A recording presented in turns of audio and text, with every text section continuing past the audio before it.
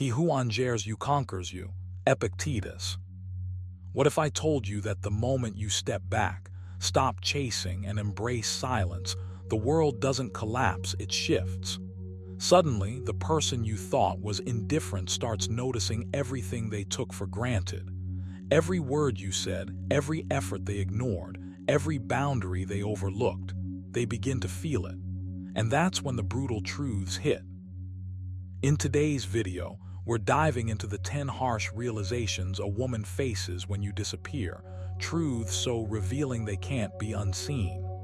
These aren't just lessons, they are wake-up calls, a mirror reflecting choices, mistakes, and regrets. Some of them will sting, some will shock, and some might just make her wish she had valued you sooner. But here's the thing. You need to watch carefully because the transformation isn't just hers, it's yours. By understanding these truths, you'll learn the quiet power of detachment, the strategic strength of silence, and why sometimes stepping away is the most powerful move you can make. Stay with me till the very end, because missing even one of these truths could cost you the clarity, control, and peace you deserve. Number 1, she realizes she took your presence for granted. When you step back and vanish from her orbit, the first harsh truth often cuts the deepest. She realizes she took your presence for granted. And not in a fleeting, superficial way, she sees the full weight of your absence and suddenly understands that what she dismissed as ordinary was actually extraordinary. You were the calm in the storm, the steady hand, the quiet force that carried the balance of her days. And now, without you there, the void is glaring, impossible to ignore. This is the power of absence. It exposes what was undervalued, what was overlooked, what was quietly cherished without acknowledgement. Epictetus once said, "Make the best use of what is in your power and take the rest as it happens." You, right now, have the power to become someone whose presence is never taken lightly, not through manipulation, but through deliberate action and consistent self-mastery. It begins with how you value yourself. When you live with purpose, when your routines, your rituals, and your focus are unshakable, you naturally command respect. You are no longer a background figure in someone else's story. You are the main character in your own life, and your energy is sacred. She may only recognize it once it's gone, but by then, she will understand what she lost. And this should fuel you, not frustrate you. Start by building unassailable habits. Wake up early and reclaim your morning before the world demands your attention. Journal, not to recount her absence, but to map your growth, your intentions, and your goals. Meditate on your own values, detach from what you cannot control, and reinforce the boundaries that protect your energy. Each action is a statement. Your presence is powerful, and it's not a given. Reflect on words. You have power over your mind, not outside events. Realize this, and you will find strength. By embodying this, you shift the dynamics naturally. She will feel the gap you leave, and it will be undeniable. She'll remember the moments she brushed off your patience, your support, your calm. She'll recall the way you held yourself without complaint, the way you consistently showed up while she assumed it was effortless. And when absence amplifies these realizations, it's a mirror of the respect she failed to give, an unavoidable reflection of what she overlooked. This is not about revenge, it's about clarity. You cannot control her awareness, but you can live so deliberately that your life becomes a testament to your worth. Every day you strengthen yourself, she internalizes the consequences of taking you for granted. But your transformation is not contingent on her recognition. It's about you. Reclaim your energy ruthlessly. Say no to distractions, to drama, to the small erosions of focus that silently chip away at your power. Build your life around intention. Let her absence remind you that the presence you offer is sacred, and it deserves to be appreciated, not begged for. You must act as if your value is non-negotiable because, in truth, it is. And here's a practical exercise. Write down 3 ways you are going to honor your own presence today. It could be through discipline, through a bold step toward your goals, or by simply holding your peace when chaos beckons. Then, act on them without hesitation. Do this daily. She may never voice her regret aloud, but you will witness your own rise in strength, clarity, and magnetism. The brutal truth: absence teaches more than presence ever could. And when she finally feels the weight of losing you, it is not your validation she needs. It's your embodiment of self-respect, your unshakable habits, your quiet dominance over your own life. You are the proof that presence is precious. Let her regret be a shadow that reminds you of your power, but let your action be the light that guides you forward. Number 2, she understands the emotional void you left behind. When you disappear, she feels the emptiness you left behind, even if she won't admit it out loud. The quiet spaces you once filled with your presence now echo with a strange, unfamiliar silence. It's in that silence that she starts to confront the truth. Your absence isn't just physical, it's emotional, a vacuum that no distraction or conversation can fill. She begins to realize what she had taken for granted, and slowly, that void becomes undeniable. As once said, the happiness of your life depends upon the quality of your thoughts. In this case, the thought of losing you and what you represented forces her to reckon with her own lack of presence and awareness. She starts to see that the energy, respect, and attention you gave weren't infinite. They were choices, deliberate actions, rooted in the discipline and integrity that you maintained. You have to understand, this isn't about punishment or revenge. This is about the power of quiet detachment and deliberate absence. By stepping back, you allow her to confront herself honestly. Every moment she spends in that void is a lesson in clarity, a mirror reflecting what she truly values. And while she may feel regret, that regret is also a wake-up call. It's an opportunity for her to measure herself against the standards you quietly embodied. She starts to realize that connection isn't casual, and respect isn't negotiable. This void also forces her to confront the habits she's been clinging to: emotional reliance, seeking validation, or ignoring the simple daily investments required to sustain a meaningful bond. The truth is harsh, but it's necessary. By disappearing, you create a space for reflection, a natural test of self-awareness and accountability. She begins to notice the subtle ways your presence shaped her life: the calm steadiness, the quiet encouragement, the way you listened without judgment. Stoic philosophy teaches us to measure the value of our relationships not by their convenience, but by the virtue they inspire. And in your absence, she experiences that measurement firsthand. You, on the other hand, are not merely walking away.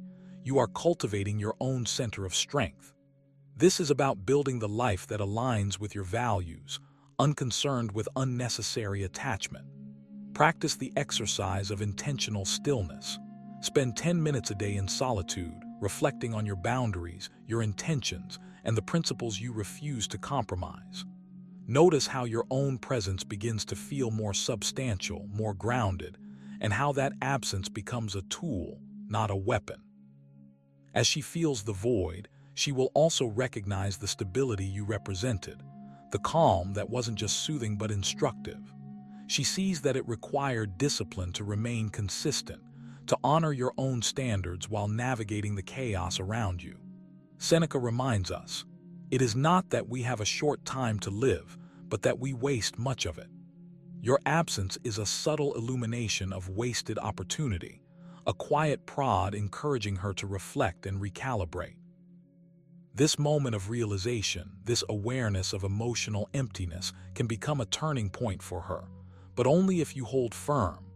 Do not rush back, do not dilute the lesson. Instead, let your life demonstrate the principle that self-respect, emotional clarity, and personal integrity are not negotiable. Encourage her silently through the ripple of your absence, showing by example that every action or inaction carries weight. She will regret, she will wonder, and she will measure, but you will remain steadfast. In the end, the emotional void you leave behind is not a void of loss for you. It's a reflection of the standard you set, the life you live, and the self-discipline you embody. It's an invitation for her to awaken, but more importantly, it's a reminder to you that true power lies not in presence alone, but in the deliberate cultivation of absence when necessary. Own that power. Guard your energy. Let your absence teach as much as your presence ever did. Number 3, she regrets not valuing your time and attention. She regrets not valuing your time and attention. And here's the thing, you probably didn't even realize how much you were giving. Every conversation, every moment you devoted, every ounce of focus you shared, it all mattered. You were present, you were consistent, you were deliberate, and yet she took it for granted. Most people do. They mistake attention for permanence, care for entitlement, presence for obligation. But now that you've disappeared, the silence speaks louder than words ever could. She starts to feel the weight of what she ignored, what she brushed off as ordinary, what she thought would always be there. Once said, "Waste no more time arguing what a good man should be. Be one." Your time, your attention, your energy, they are your currency for life. And when someone fails to appreciate it, the lesson is not theirs alone. It's a lesson for you to honor your own value even more. You see, this regret she feels, it's a reflection of the power you held quietly all along. The moments you spent being patient, being attentive, being fully engaged, those were not obligations, they were expressions of your energy, of your inner world. And now, without your presence, she begins to notice the void. She realizes that the conversations she took lightly, the messages she ignored, the time she wasted on trivialities, all had an opportunity cost. She had your attention and she let it slip. The same way a Stoic would advise. Focus only on what is within your control. You cannot force someone to value you, but you can choose where to invest your presence. Here, where it gets interesting for you, this is your invitation to be relentless with your own standards. Don't allow your attention to be squandered. Guard it like a treasure because it is. Reflect each evening. Where did I spend my energy today? Who demanded it? Was it returned with respect, gratitude, engagement? Journaling this, even for 5 minutes, sharpens your awareness. Meditation on these small but profound choices strengthens your sense of purpose. And when you vanish, even briefly, from someone who fails to honor your presence, the realization dawns on them like a slow-burning flame. They see, finally, what they lost in the subtle, daily giving that was you. And that recognition, it's brutal, piercing, and enlightening all at once. Now, don't mistake this for ego. This isn't about superiority. It's about clarity, about aligning your actions with your worth, about living intentionally. Every time you give your attention, be fully there. Every time you withdraw it, be unwavering. Seneca reminds us, it is not the man who has too little, but the man who craves more, that is poor. You were rich in your presence, in your care, in your focus. And her regret is simply her mirror reflecting the truth. She squandered wealth she never truly understood. You are not here to be anyone's default. You are here to be intentional, to measure your energy, to act with awareness, to live without compromise on what matters most. Take action now. Begin by auditing your daily interactions. Who is stealing your attention without return? Who is valuing your presence, your time, your energy? Build boundaries. Practice saying no without guilt. Practice showing up with presence deliberately, not habitually. And when you do step back, let silence speak louder than 1,000 words. Let your absence teach lessons that presence never could. Because once you honor your own time and attention, the world, or at least those you choose to engage with, will start valuing it too. And that, more than anything, is the Stoic path. Living deliberately, withdrawing from what does not honor you, and allowing others to recognize the wealth they overlooked when it was there all along. Number 4, she notices the strength you gave her silently. When you step away, not in anger, not in drama, but simply in silence, she begins to see the depth of the strength you quietly instilled in her. It's subtle. It's invisible to the casual observer, but to her, it's undeniable. She realizes that the calm steadiness you modeled, the way you never reacted impulsively to her storms, the way you carried yourself without begging for validation, it all left a mark. She notices the strength you gave her silently, and this realization comes with a sting, because it dawns on her too late that she never truly appreciated it while you were there. This isn't about power over someone else. It's about the energy you protect, the boundaries you hold, and the example you set. First say to yourself what you would be, and then do what you have to do, Seneca reminds us.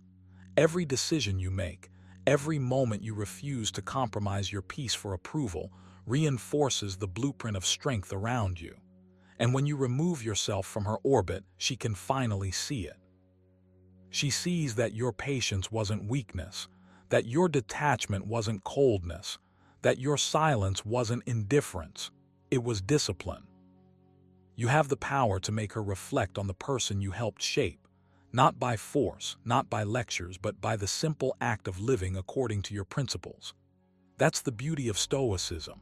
Your strength is most visible not in noise, but in restraint. When you walk away without chaos, without confrontation, you leave behind a mirror she can't ignore. She starts to measure herself against it, realizing the growth she never fully acknowledged, the boundaries she pushed, the respect she failed to give. And here's the key: you can harness this dynamic intentionally. Each day, practice silent self-mastery. Begin your mornings by centering yourself. Meditate for 10 minutes, visualize the person you intend to be, the calm, unshakable force who does not seek validation from the world. Journal the qualities you want to embody, then act on them quietly, consistently. Every interaction becomes a test. Respond deliberately, not impulsively. Speak with purpose. Hold your ground. Let her, or anyone else, see your strength without needing to announce it. Remember, strength is not loud. It is not dramatized. It does not clamor for attention. It is the patient, steady, unwavering presence that endures. Wrote, "You have power over your mind, not outside events. Realize this and you will find strength." This is your exercise in practice. Withdraw not out of anger but out of clarity. Let your absence illuminate what your presence silently built. Watch how the subtlety of your discipline starts to echo in her awareness, leaving impressions stronger than any words could. Every time you resist reacting to provocation, every time you choose solitude over chaos, you are reinforcing a pattern she can't ignore. She notices it, and more importantly, she feels it. The internal of her own behavior, the way she starts to measure herself against your silent example. She realizes what she took for granted, and the regret that follows is not about you, it's about her own blindness. That's the quiet, invisible power you wield, shaping a reflection, not through confrontation, but through mastery of yourself. Take this as a call to action. Guard your energy, protect your discipline, live in a way that doesn't shout but that resonates. Practice your Stoic rituals daily: reflection, journaling, meditation, deliberate action. Build your inner citadel of calm and let your absence speak louder than any presence ever could. When you do this, you are not only strengthening yourself, you are creating ripples that awaken awareness in others, showing them, silently yet undeniably, the true measure of the strength you carry. Number 5, she recognizes how rare your loyalty and consistency were. She starts to see, maybe for the first time, just how rare your loyalty and consistency truly were. You didn't bend to every whim. You didn't change your core to fit someone else's expectations. You stayed steady, even when it wasn't convenient, even when the world, or she, tested your patience. In a world filled with fleeting attention, emotional chaos, and constant drama, your reliability shines like a lighthouse in a storm. And when you disappear, that steady light suddenly goes out, leaving her to realize how much she took for granted. This is where the power of Stoicism really hits, said. Waste no more time arguing about what a good man should be. Be one. You weren't trying to impress or manipulate, you simply embodied the principles you valued. And now, without your presence, without your calm, consistent energy, she notices the absence of something that can't be replicated, unwavering integrity. She sees that your loyalty wasn't a convenience, it was a choice. And choices like that, they're rare. They're almost sacred. Now think about yourself. Ask yourself, are you living with that kind of consistency every day, not just in relationships, but in life, in your habits, in your commitments? If you're honest, the areas where you slack, where you let inconsistency creep in, are the same areas where others fail to see your value. That's why it matters so much. Build the habit of showing up. Keep your word even when it's uncomfortable, even when no one is watching. That's how you create a presence that lingers even in absence. Here's a practical exercise. Start journaling your intentions every morning. Write down the promises you make to yourself and commit to following through by nightfall. Track your actions, however small, and notice the impact consistency has on your life and energy. Stoicism teaches us that self-discipline is the highest form of freedom, and when you exercise it daily, you become untouchable, not because others see it, but because you do. When you disappear, the gap you leave isn't just physical, it's emotional, it's energetic. She starts replaying moments, noticing the subtle ways you supported, the patience you exhibited, the quiet reliability she ignored. It hits her. People who are loyal in the truest sense aren't just hard to find, they're almost extinct. And you were one of them. You didn't compromise for temporary comfort or validation. You held your ground, and now that ground is empty. She realizes that consistency isn't just an act. It's a force, a silent strength that commands respect and leaves a mark that lingers long after words fade. This is why your personal growth matters more than any argument, any fight, any fleeting approval. Guard your energy. Show up for yourself first. Practice small acts of unwavering discipline. Wake up at the same time, honor your commitments, maintain your rituals. Over time, these habits create a presence so grounded that even absence carries weight. You'll see, just as she sees now, that real loyalty isn't flashy. It's quiet, steady, and uncompromising. And that's the kind of man who isn't replaced, who isn't forgotten, who leaves a permanent imprint. So continue to be relentless in your consistency. Don't just aim to be seen as loyal, embody it in thought, word, and action. Every small, intentional step builds a fortress of integrity around you. And when you step back, when you allow absence to reveal the truth, the realization is inevitable. People notice what they lost. But by then, you've already leveled up. You've already moved on.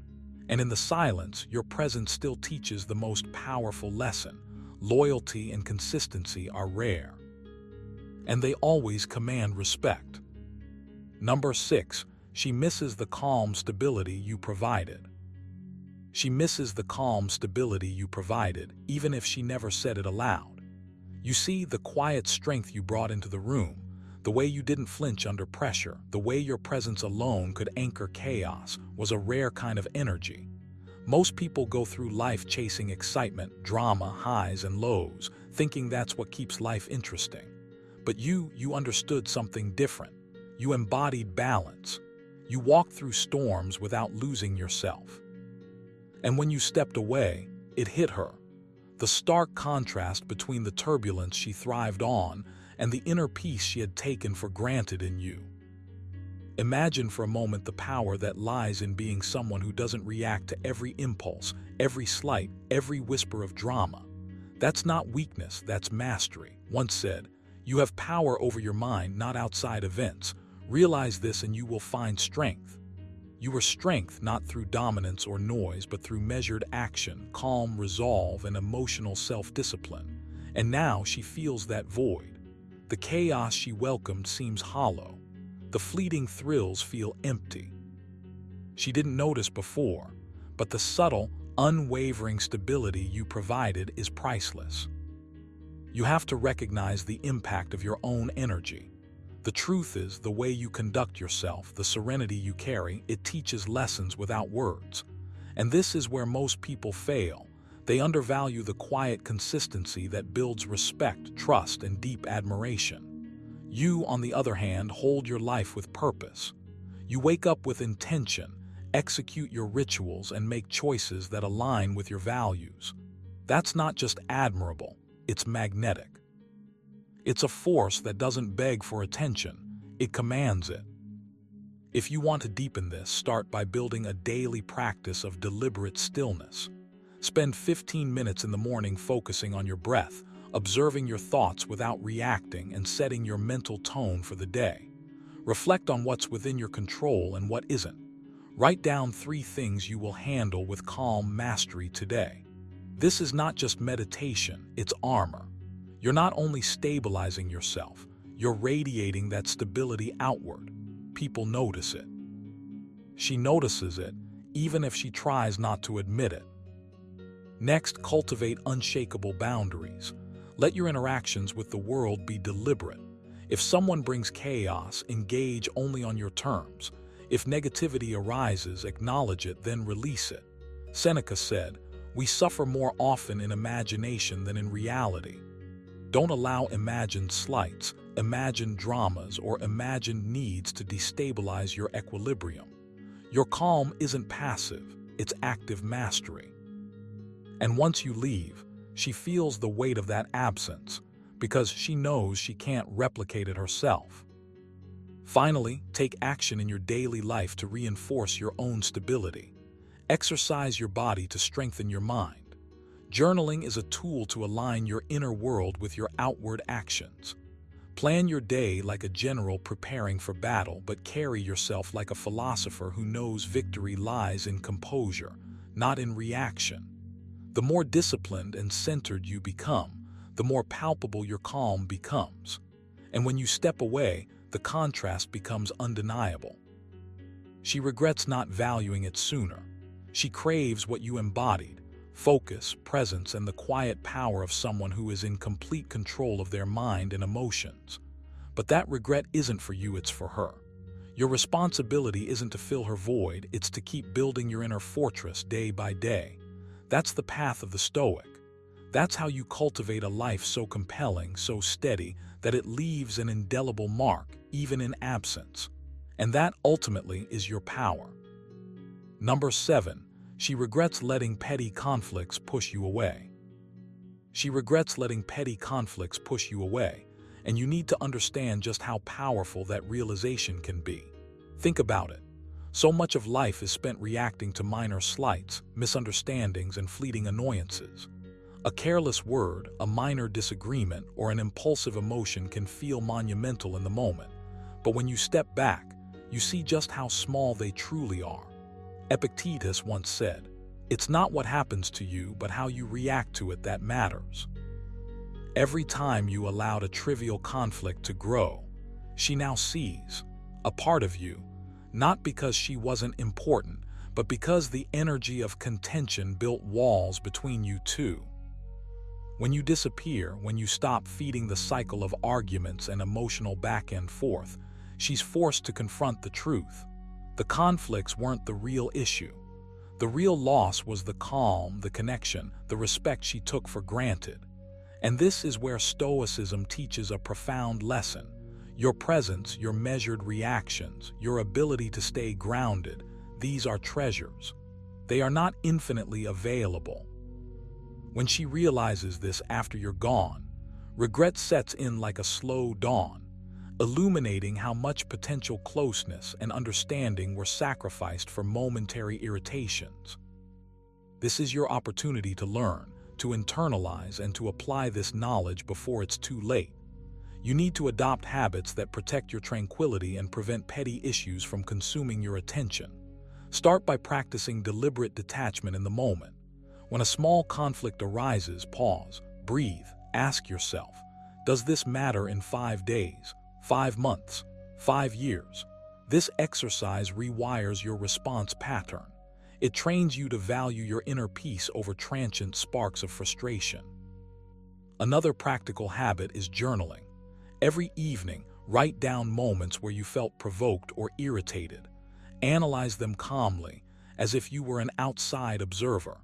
Ask yourself, did this event require my energy, or was I giving it power unnecessarily? Doing this consistently will sharpen your discernment. You'll start distinguishing between true problems and minor disturbances that don't deserve your reaction.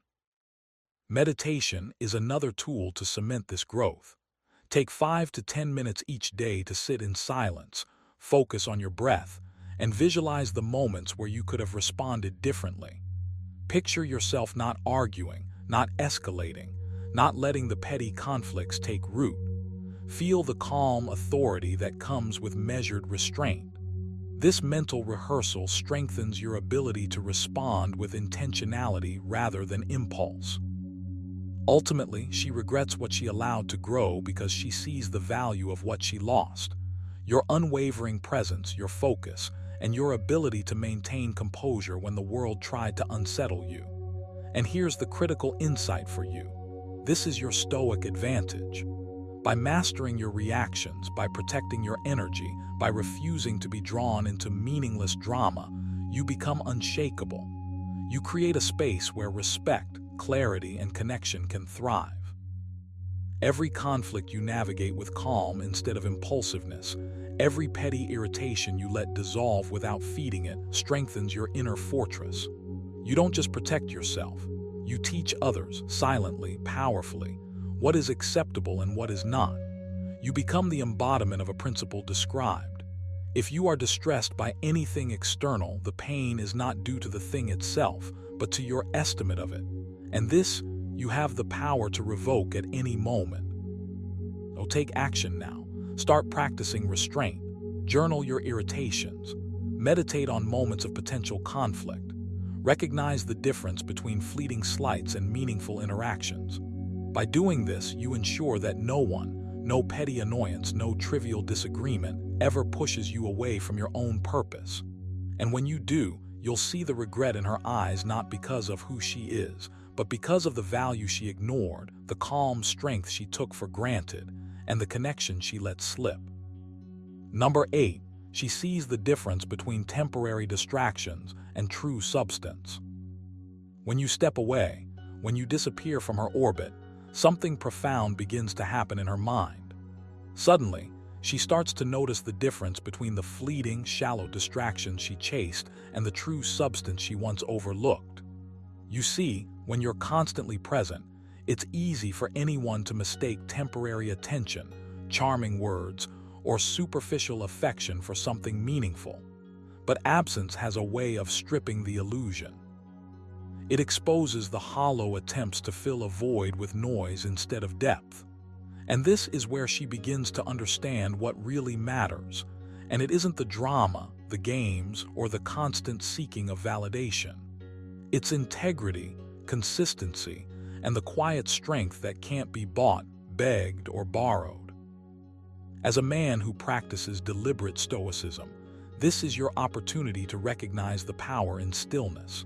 Said, the soul becomes dyed with the color of its thoughts. Your choice to step back, to remain composed, and to avoid reactionary behavior isn't withdrawal.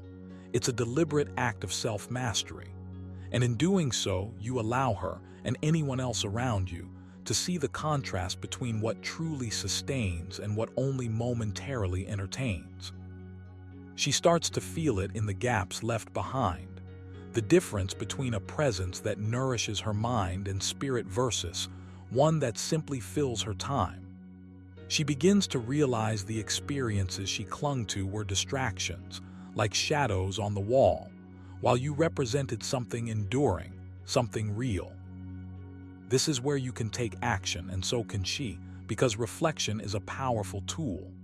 For you, it's a reminder to measure your energy, to guard your attention like the precious resource it is. For her, the lesson is unavoidable. Depth cannot be manufactured. And for both of you, it is a call to cultivate habits that anchor you in substance rather than surface-level satisfaction. Engage in practices that reinforce presence, Stoic journaling, meditation, intentional solitude. Write down your values, your principles, the traits you refuse to compromise on. Let these guide your interactions. Let them determine who is worthy of your attention and who is not. The beauty of this realization is not in guilt or regret, it is in clarity. She might feel a pang of loss, she might even resent it at first, but what's important is that she sees the pattern clearly now. Temporary distractions no longer hold the same allure.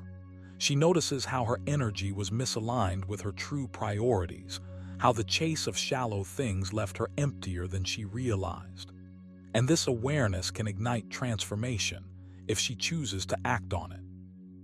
You, too, can use this time to act, to reinforce your boundaries, and to align every action with your long-term vision of who you want to be. Try this exercise.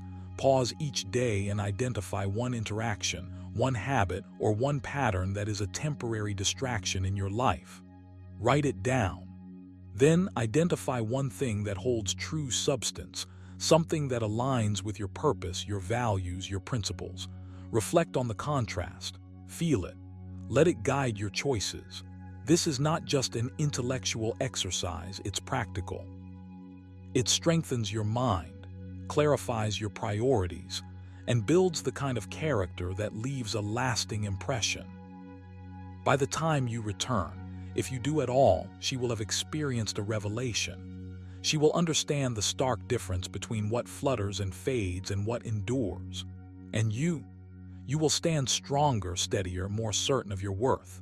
In the quiet spaces your absence creates, both of you have the chance to grow, to align, to rise above fleeting temptations. And that, my friend, is where true mastery lies.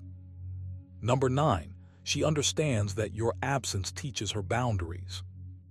When you step back and disappear from her life, something profound happens.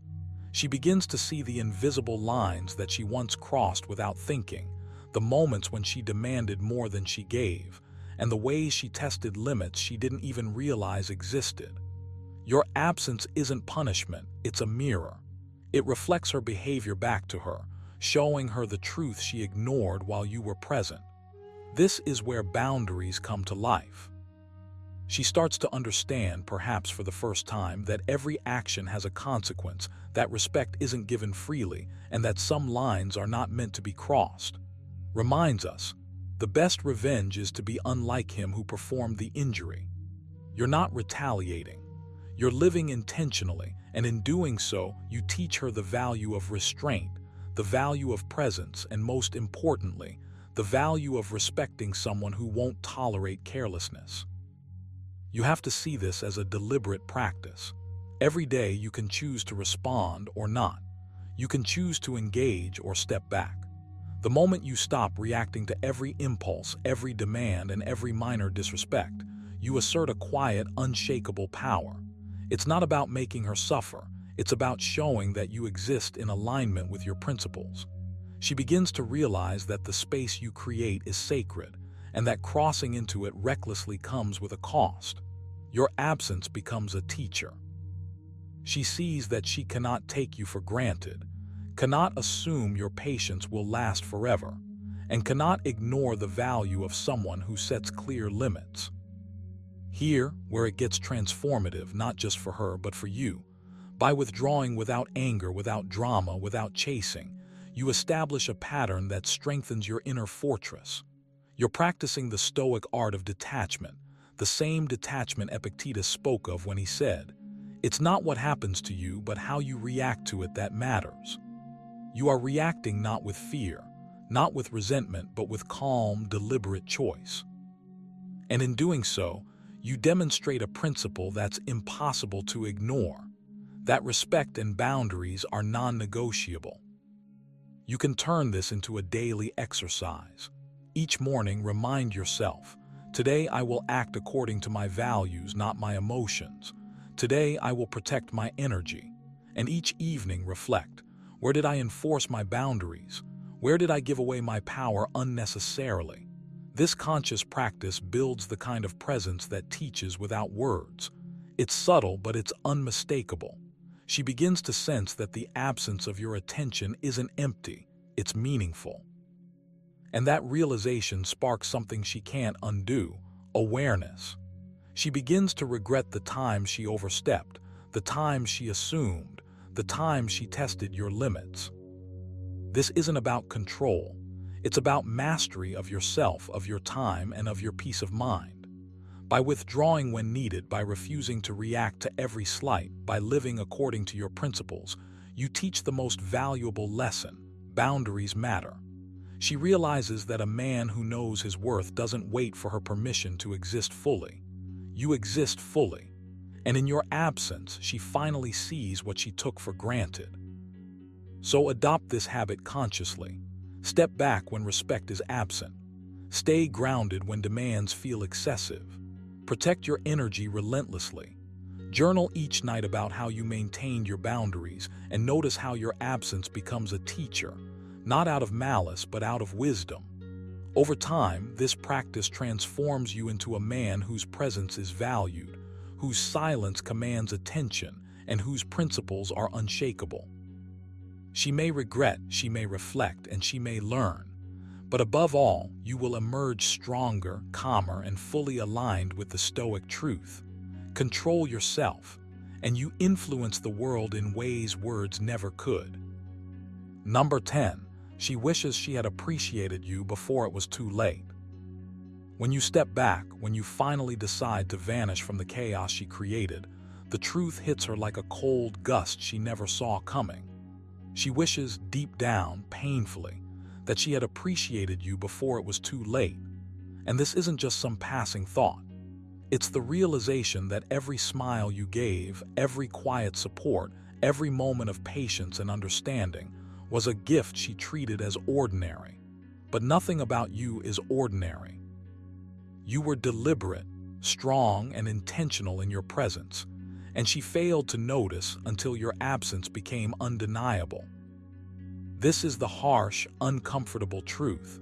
People only truly see value when it's no longer within reach. Reminds us, if someone is able to show me that what I think or do is not right, I will happily change, for I seek the truth, by which no one was ever truly harmed.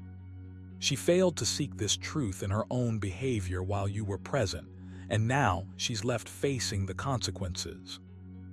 You've reclaimed your peace, your attention, and your energy, and she's staring at the space you used to occupy, an empty room echoing the weight of her regrets. You must understand this isn't about cruelty or vengeance. It's about clarity, discipline, and self-respect.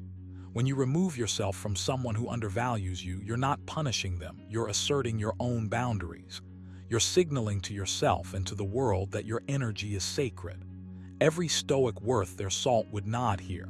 Seneca said, "Associate with those who will make a better man of you. Welcome those whom you yourself can improve." The process is mutual. If someone fails to uplift you, protect your mind, or honor your presence, they don't belong in your inner circle. Here, what you can do to make this real in your life. Start a daily ritual of reflection. Every evening, take 10 minutes to journal 3 ways you added value today: how you were patient, how you led by example, how you offered kindness without expecting a return. Then, reflect on whether the people around you recognize that value. Not to dwell on it, but to see clearly who nourishes your growth and who drains it. When you practice this habit consistently, you train yourself to notice energy leaks before they spiral out of control. You also need to practice deliberate stillness. Spend an hour in quiet solitude without your phone, without external validation. Let your mind wander only toward what matters: your principles, your purpose, your growth. In this silence, you reinforce a truth that she may never grasp. Your presence is powerful, but it is finite. You are not obligated to fill the voids that others fail to appreciate. You are not defined by the regret of someone who never truly understood your worth. When you vanish, she will feel it, not because you shouted it or caused drama or forced the lesson, but because absence carries a weight presence never could. She'll begin to recognize all the small things she ignored: Your patience when she was demanding, your consistency when she was chaotic, your calm when she was reactive. She'll wish she had expressed gratitude, acknowledged your contributions, and elevated you as she should have. And this is her regret, the one you won't carry. So own it. Own your boundaries, own your energy, and let her realize her errors without your interference. Every moment you spend reclaiming your attention, nurturing your focus, and honoring your own path, you build a fortress that no one can breach. And in the quiet power of that choice, you discover freedom. This is the ultimate Stoic lesson. Your value is not contingent on recognition. Your peace is not negotiable. She regrets, yes, but you grow. And that is everything. And remember, as Epictetus once said, it's not what happens to you, but how you react to it that matters. You've just uncovered the truths she realizes when you step back, truths that reveal the value she took for granted, the respect she lost, and the presence she can't replace. But this isn't just about her regret. It's about your power, your calm, and your ability to control what's truly within your grasp. Your mind, your actions, your worth. Every step you take in silence, every moment you detach, is a step toward mastery over your own life. So take this lesson, internalize it, and let it guide you, not for revenge, not for validation, but for self-mastery. Walk your path with quiet strength. She may regret it, but you will have already won. If you found value in these brutal truths, make sure to like, share, and subscribe, because the journey of silent strength and Stoic mastery has only just begun. Stay vigilant, stay composed, and above all, stay untouchable. The impediment to action advances action. What stands in the way becomes the way. What if I told you that the very first words you speak each morning could shape your entire day, and ultimately your life? Imagine waking up every day with a mind so focused, a will so unshakable, that nothing and no one can divert you from your path. These aren't just empty affirmations or fleeting thoughts. They are powerful declarations rooted in Stoic wisdom, crafted to sharpen your inner strength and fortify your resolve before the world even stirs. In this video, you'll discover 10 morning declarations that can transform your mindset, sharpen your will, and set you up to conquer every challenge with calm confidence.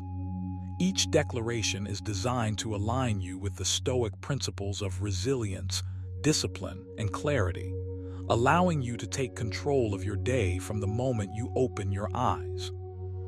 Watch until the very end, because the full set of declarations work together like mental armor.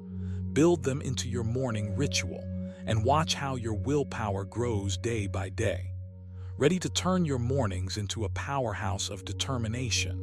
Let's dive in. Number 1, I control my mind. External events do not control me. Start your day by owning this truth. You control your mind. External events don't control you. It sounds simple, but it's the most powerful declaration you can make each morning. Why? Because your mind is the battlefield where freedom is won or lost. You are the commander of your thoughts, the guardian of your reactions. The world throws storms your way every day, disruptions, frustrations, chaos. But none of those storms have the power to dictate your inner peace unless you hand it over. One of the greatest Stoic minds reminded himself daily, you have power over your mind, not outside events. Realize this and you will find strength. This isn't just ancient wisdom, it's a call to action for you right now. Imagine starting each day knowing no event, no person, no circumstance can shake your core. You're not a leaf blown by the wind. You are the root steady beneath it all. But controlling your mind isn't about suppressing emotions or pretending nothing affects you. It's about choosing what you focus on and how you respond. Think of your mind as a powerful lens. You decide whether to zoom in on problems or clarity, on complaints or solutions, on fear or courage. That choice is yours every single moment. Here's the catch. This control only comes with practice. It demands you train your mind like a muscle. You can't wake up one day and expect it to be unshakable overnight.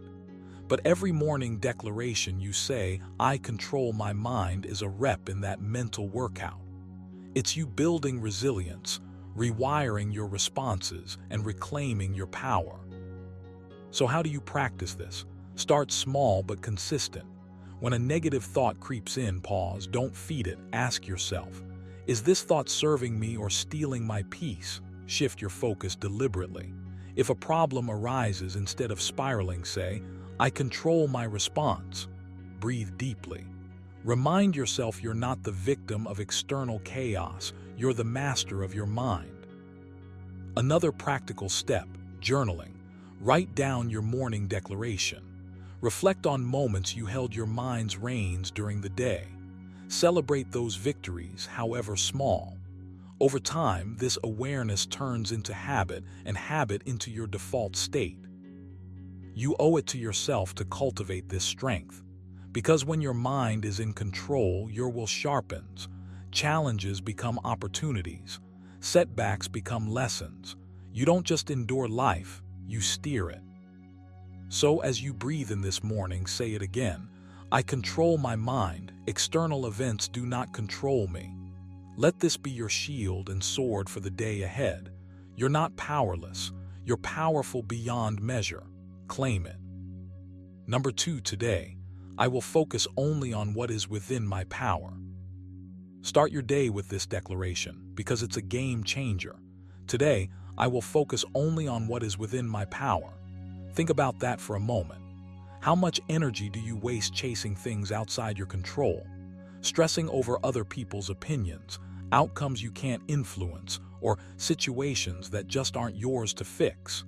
It's exhausting, right? This declaration is your daily reminder to stop that drain, to redirect your focus back to where your power truly lies.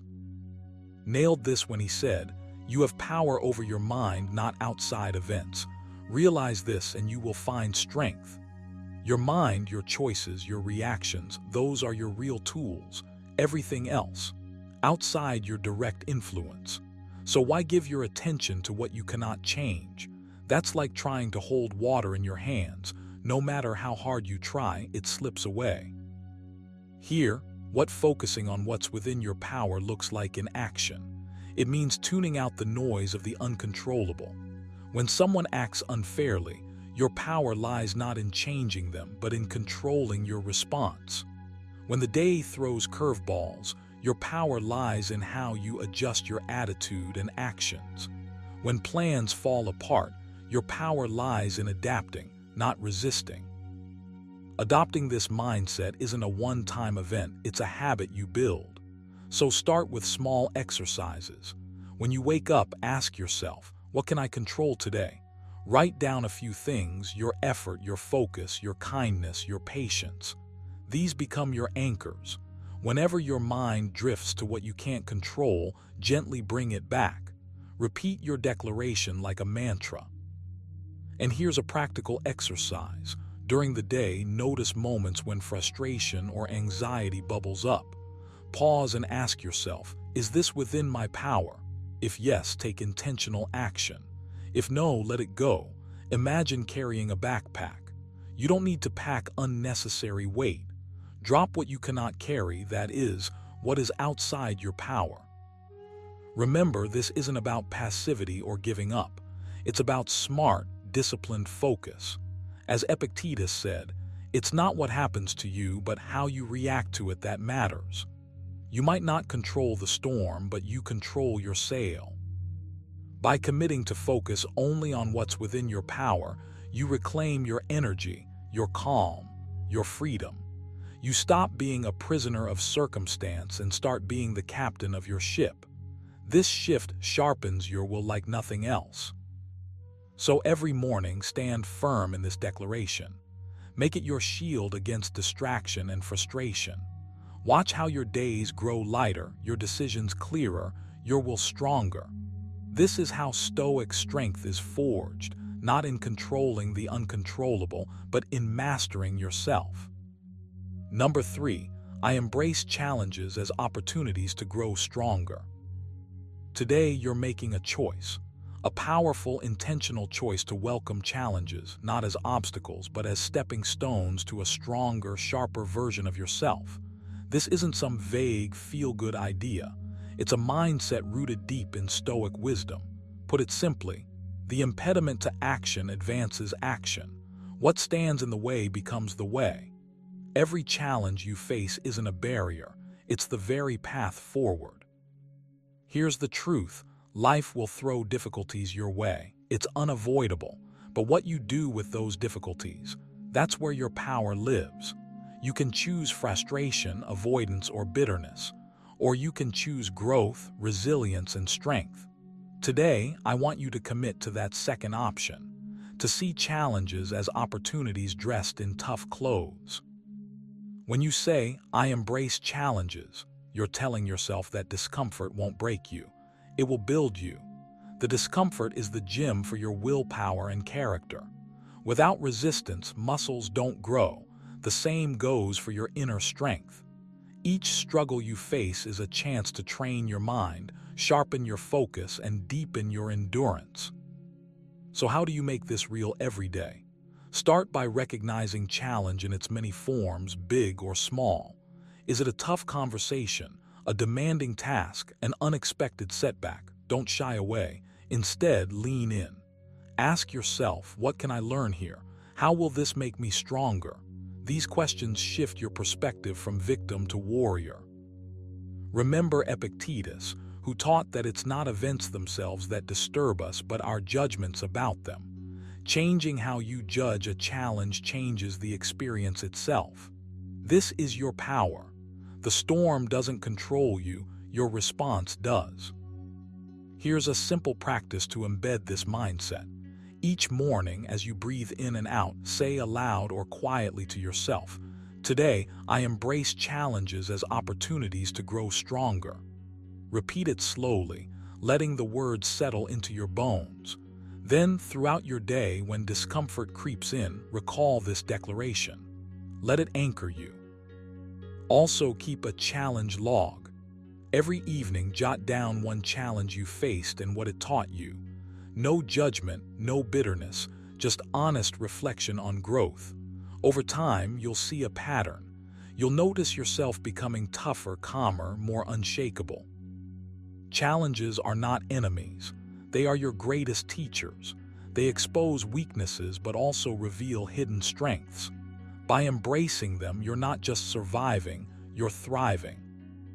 You don't have to wait for some perfect moment to start this practice.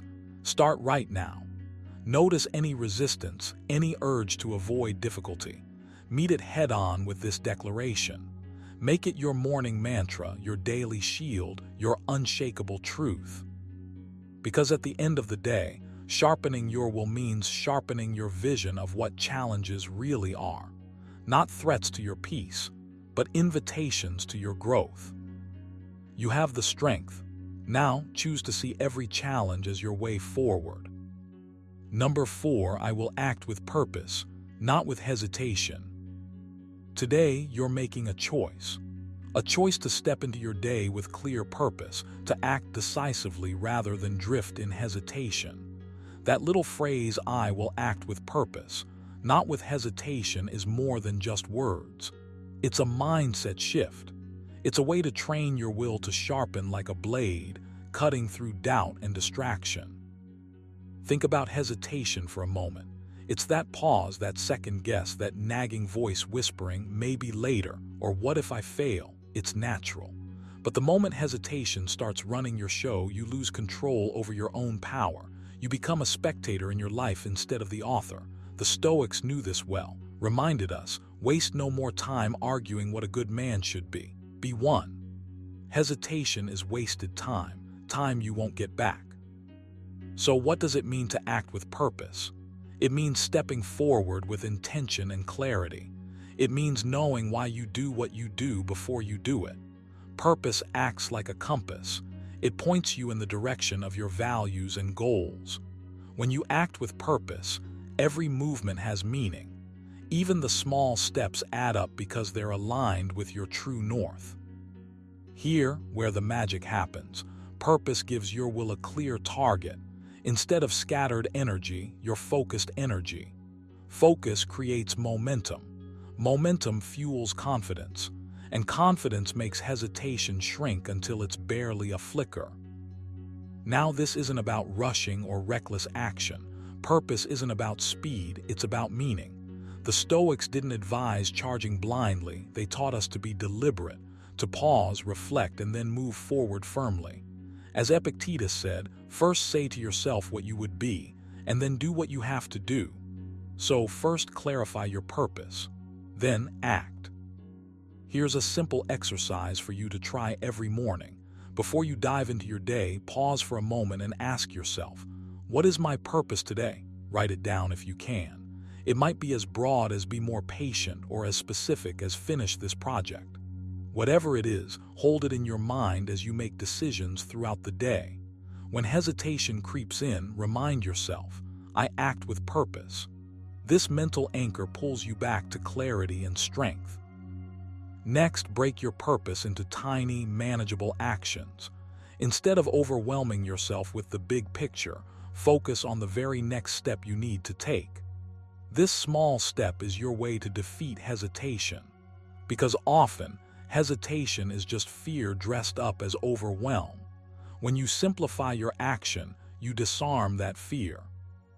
By repeating this process daily, you build a habit. You train your mind to move forward with intention rather than pause in doubt. Your will becomes sharper, more reliable, and you gain a profound sense of control over your life. Remember, you don't need grand gestures. The power lies in consistent, purposeful action, even in the small things. Today, commit to acting with purpose. Let that commitment guide your steps, your decisions, your mindset. Stand firm, be deliberate, cut through hesitation like a stoic warrior, because your life deserves nothing less. Number 5, I accept whatever happens with calm and clarity. When you say to yourself, I accept whatever happens with calm and clarity, you're doing more than repeating words. You're setting a powerful intention for your day and for your life. This isn't about resignation or giving up. No, it's about standing firm in the storm, steady and unshaken. It's about embracing the reality of what unfolds without panic, without resistance. Think about the unpredictability that life throws at you every day. Plans change, people act unexpectedly, things break down. It's chaos waiting to happen. But here's the secret the Stoics have passed down through time. The obstacle itself is not what disturbs you, it's your judgment about it. Reminds us, you have power over your mind, not outside events. Realize this and you will find strength. When you accept whatever happens calmly, you're not allowing your mind to spiral into unnecessary turmoil. Instead, you're choosing clarity over confusion, calm over chaos. This acceptance is your shield, your armor, your steady ground. You stop fighting what you can't control. You stop wasting precious energy on why me, or this shouldn't be happening. Instead, you focus on what you can do, your response. Hear what this looks like in action. When a challenge comes your way, you pause, you take a breath. You remind yourself that this moment, this event, is simply part of life's flow. You say, I accept this. Not because it's easy, but because it's true. The sooner you accept, the sooner you reclaim your power. And don't confuse acceptance with passivity. It's an active choice to face reality as it is and then act with wisdom. Seneca said, we suffer more often in imagination than in reality. The suffering you experience comes from your resistance to what's happening. Acceptance cuts that suffering short. To build this habit, start your mornings with a simple exercise. Find a quiet moment, close your eyes, and breathe deeply. Repeat your declaration slowly. I accept whatever happens with calm and clarity. Feel those words settle inside you. Picture your mind like a calm lake, undisturbed by ripples. Imagine yourself moving through your day with that same calm, no matter what surfaces arise. Then, throughout your day, practice catching yourself when you feel tension or frustration building. Ask, Am I resisting something I can't control? If yes, remind yourself of your declaration. Let it be your anchor, bringing you back to steady ground. This mindset rewires your brain. It trains you to respond rather than react, to act with purpose instead of panic. Over time, this calm acceptance becomes your default, your natural state. So own this declaration. Speak it like a promise to yourself. Because when you accept whatever happens with calm and clarity, you sharpen your will, you become unshakable, you become truly free. Number 6, I release all worries about the future. I live in the present. Let's be real. Worrying about the future is one of the heaviest burdens you can carry. You wake up with it. You go to sleep with it. It gnaws at your peace, steals your focus, and drains your energy before the day even begins. But here's the truth you need to hear right now. The future doesn't exist yet. It's a possibility, a mystery, and no matter how much you fret, you can't control what hasn't happened. The Stoics were masters of this idea. Reminded himself, confine yourself to the present. Why? Because the only real power you have is here now. The present moment is the only place where your will, your choices, your actions truly matter. When you release your grip on future worries, you free your mind to fully engage with the task at hand. So how do you do it? Start with a declaration every morning. I release all worries about the future. I live in the present. Say it like you mean it. Let it settle deep inside you. This isn't just words, it's a mental reset. It's a choice. You're telling yourself today, I will not let fear of what might be steal the life I'm living now. Next, practice awareness. When you catch your mind spiraling into what-if scenarios, gently pull it back. Don't slam the door on those thoughts, just observe them, then redirect your focus. Ask yourself, what is the one thing I can do right now? Break your day into moments and commit fully to each. This trains your mind to anchor in the present instead of drifting into the fog of future anxiety. Here's a simple exercise you can try. Each morning, take a few minutes to breathe deeply. Inhale fully, feeling your chest rise, then exhale slowly, releasing tension. With every breath out, imagine you're letting go of worry, stress, and what-ifs. You're clearing space in your mind for what really matters, this moment, this day. Remember, worrying about the future is like trying to control the weather. You can prepare for the storm, yes, but you cannot command it. Epictetus said, "We cannot direct the wind, but we can adjust the sails." Release your grip on the uncontrollable future and focus on steering yourself through today with clarity and purpose. When you live fully in the present, your will sharpens. Your decisions become clearer. Your energy flows where it should into actions, not anxiety. You become resilient, adaptable, and calm amid uncertainty. So make this declaration your morning mantra. Repeat it until it becomes part of your very being. When the noise of future worries tries to creep back in, remind yourself, I am here now. This moment is mine to master. The future will unfold as it will. Your job is to live fully, fiercely, and peacefully in the present. Start now. Own your moments. Sharpen your will. Number 7. I choose virtue over comfort in every decision. Every morning you stand at a crossroads. Not just a single moment, but 1,000 tiny choices scattered across your day. Here's the truth. Each choice is an opportunity to either chase comfort or embrace virtue. When you declare, I choose virtue over comfort in every decision, you are making a profound commitment to yourself, a promise that your character will not bend for fleeting ease. Comfort feels natural, right? It whispers sweetly, skip the hard conversation, avoid the challenge, choose the easy path. But comfort is a siren, luring you into complacency. The Stoics knew this well, said, the impediment to action advances action. What stands in the way becomes the way. Choosing virtue means welcoming the discomfort that molds you into a stronger, wiser person. It's about facing what's difficult because you know that true growth never happens in a cozy corner. Think about how often you might settle for comfort without even noticing, saying yes to habits that numb your mind or delay your purpose. But you're better than that. You have the power to flip the script. Every time you decide to do what's right instead of what's easy, you're sharpening your will, building resilience like a muscle. How do you make this real in your daily life? Start by tuning into those moments of choice.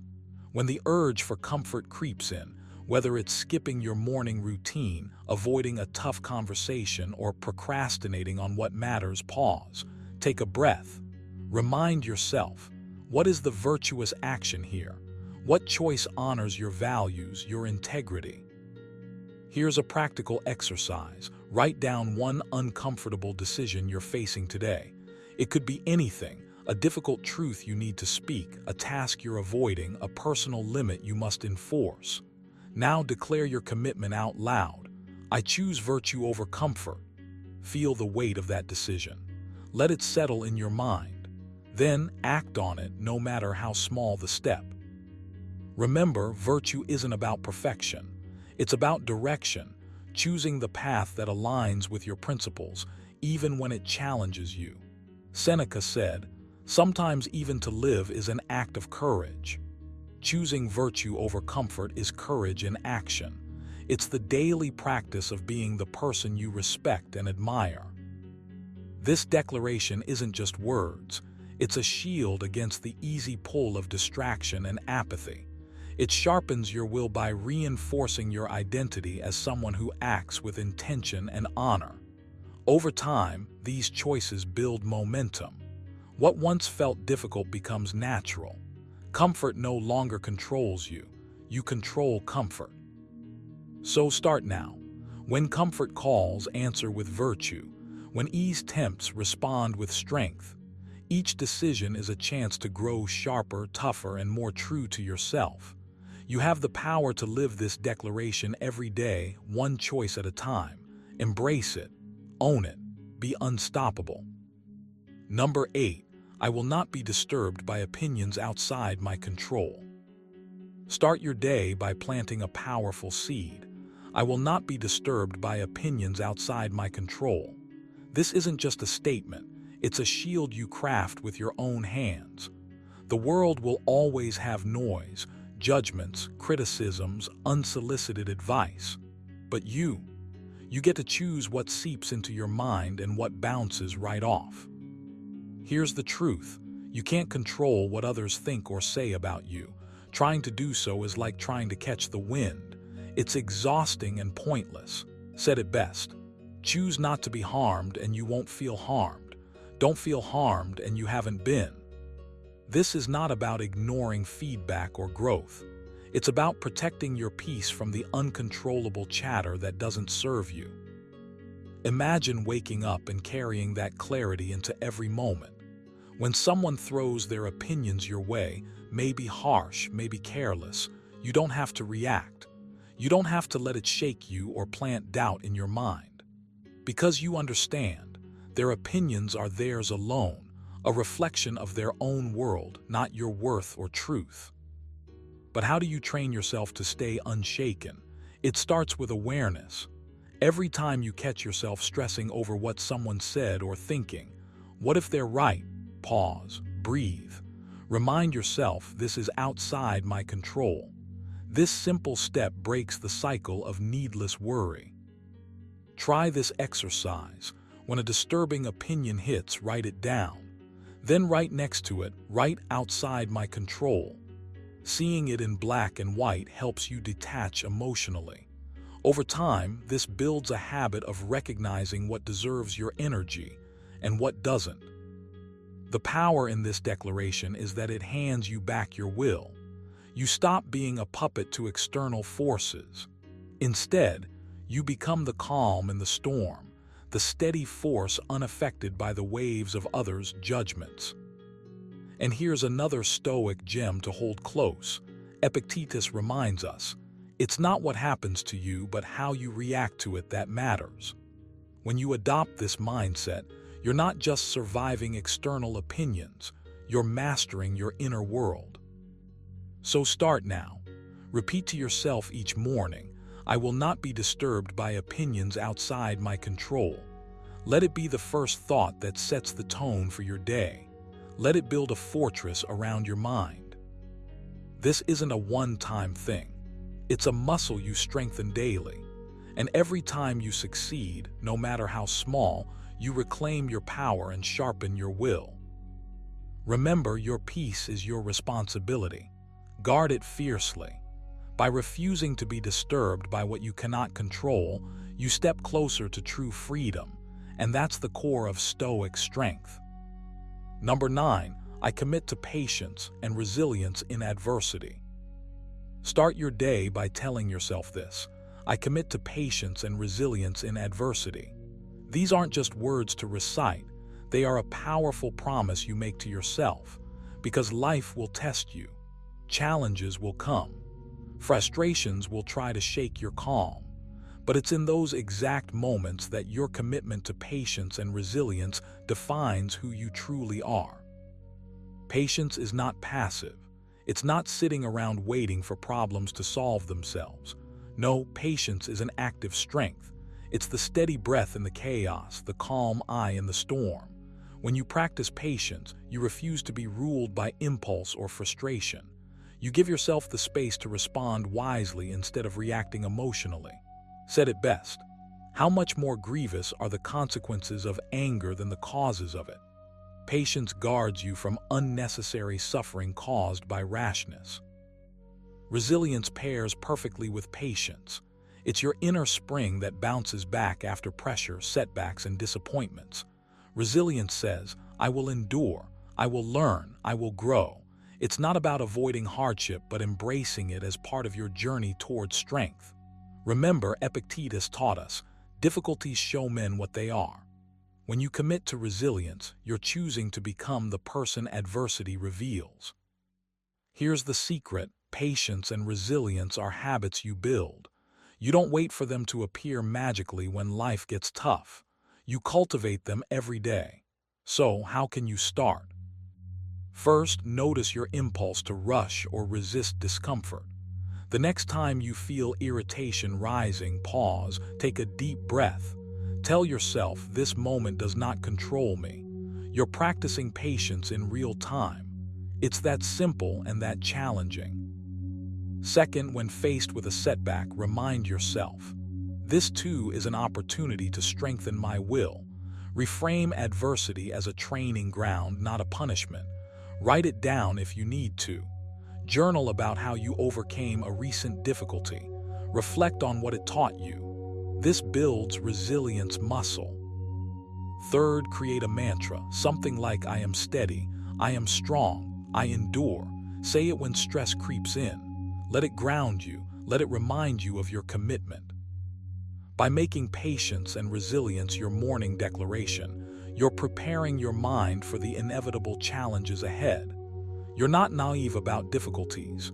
You're ready for them. This mindset shields you from frustration and despair. It turns obstacles into stepping stones.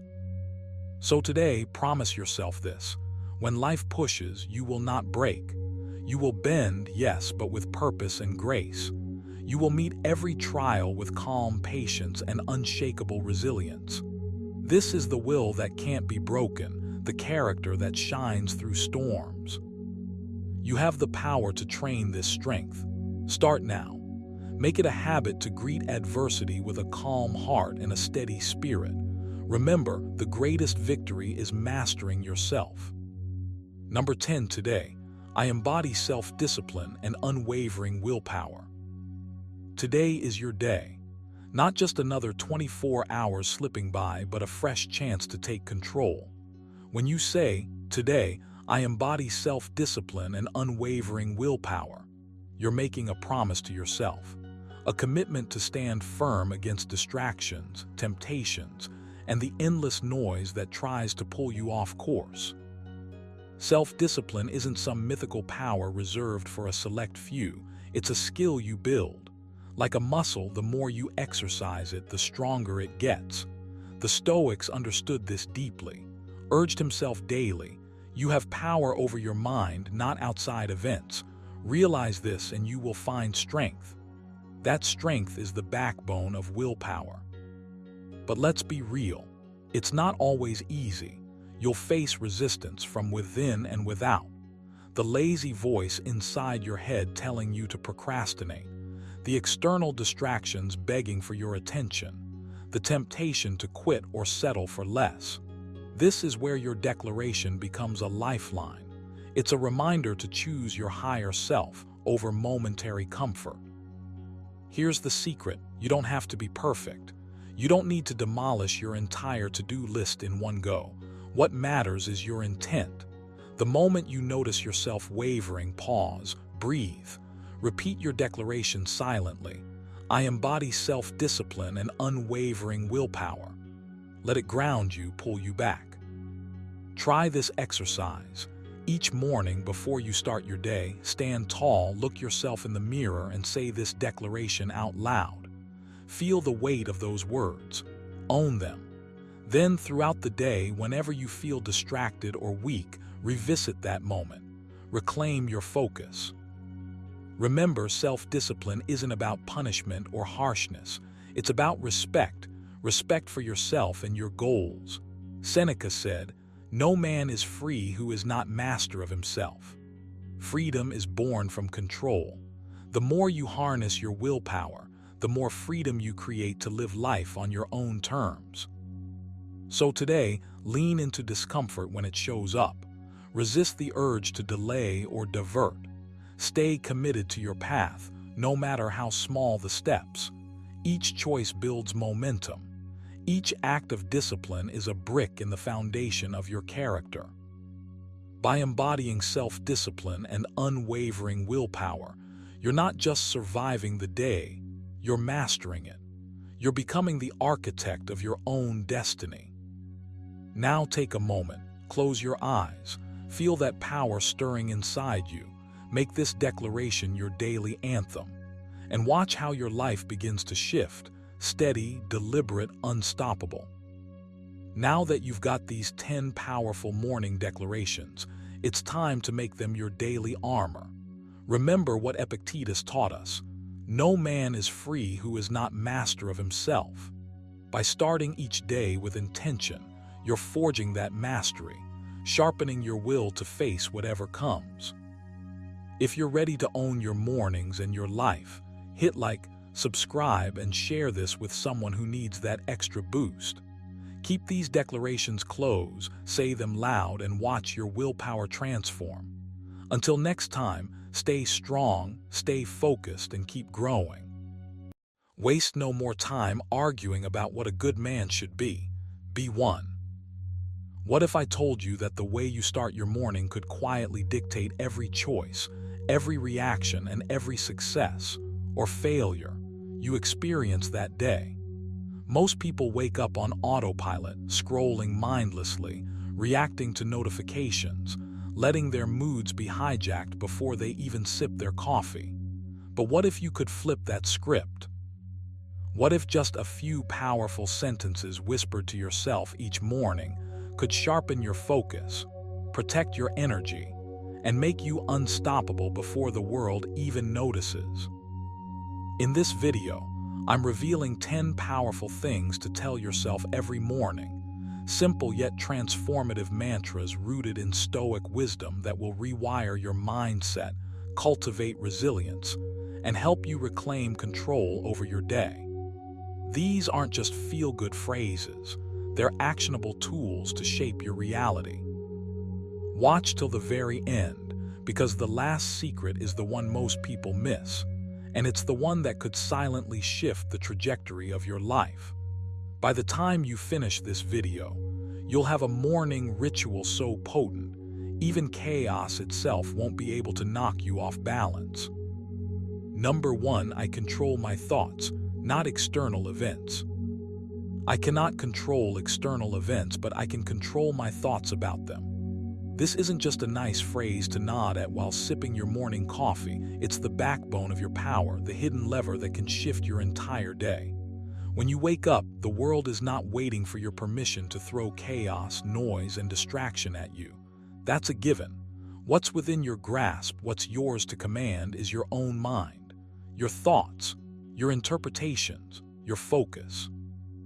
And this is where Stoicism doesn't just guide you, it arms you. Said, you have power over your mind, not outside events. Realize this and you will find strength. Take that seriously. Feel it settle into your chest. Let it remind you that the battlefield isn't out there in the streets, the notifications, the arguments. It's inside your skull. That's where your sovereignty lies. Every time something irritating or unsettling brushes against you, something that would have tossed you into frustration or panic before, pause, breathe, and remind yourself, I control my thoughts, not the event itself. It sounds simple, but simplicity is deceptive. This requires practice. It requires conscious muscle. Your mind has been conditioned to react automatically, to give power to external chaos, to let the actions of others, the curveballs life throws, dictate your emotions. Stop that. Stop giving them keys to your kingdom. Instead, take a moment each morning, before the notifications, before the obligations, before the noise swells, close your eyes and declare to yourself, today I decide how I interpret what comes. Today my mind is my own. Feel it as an affirmation, not just words.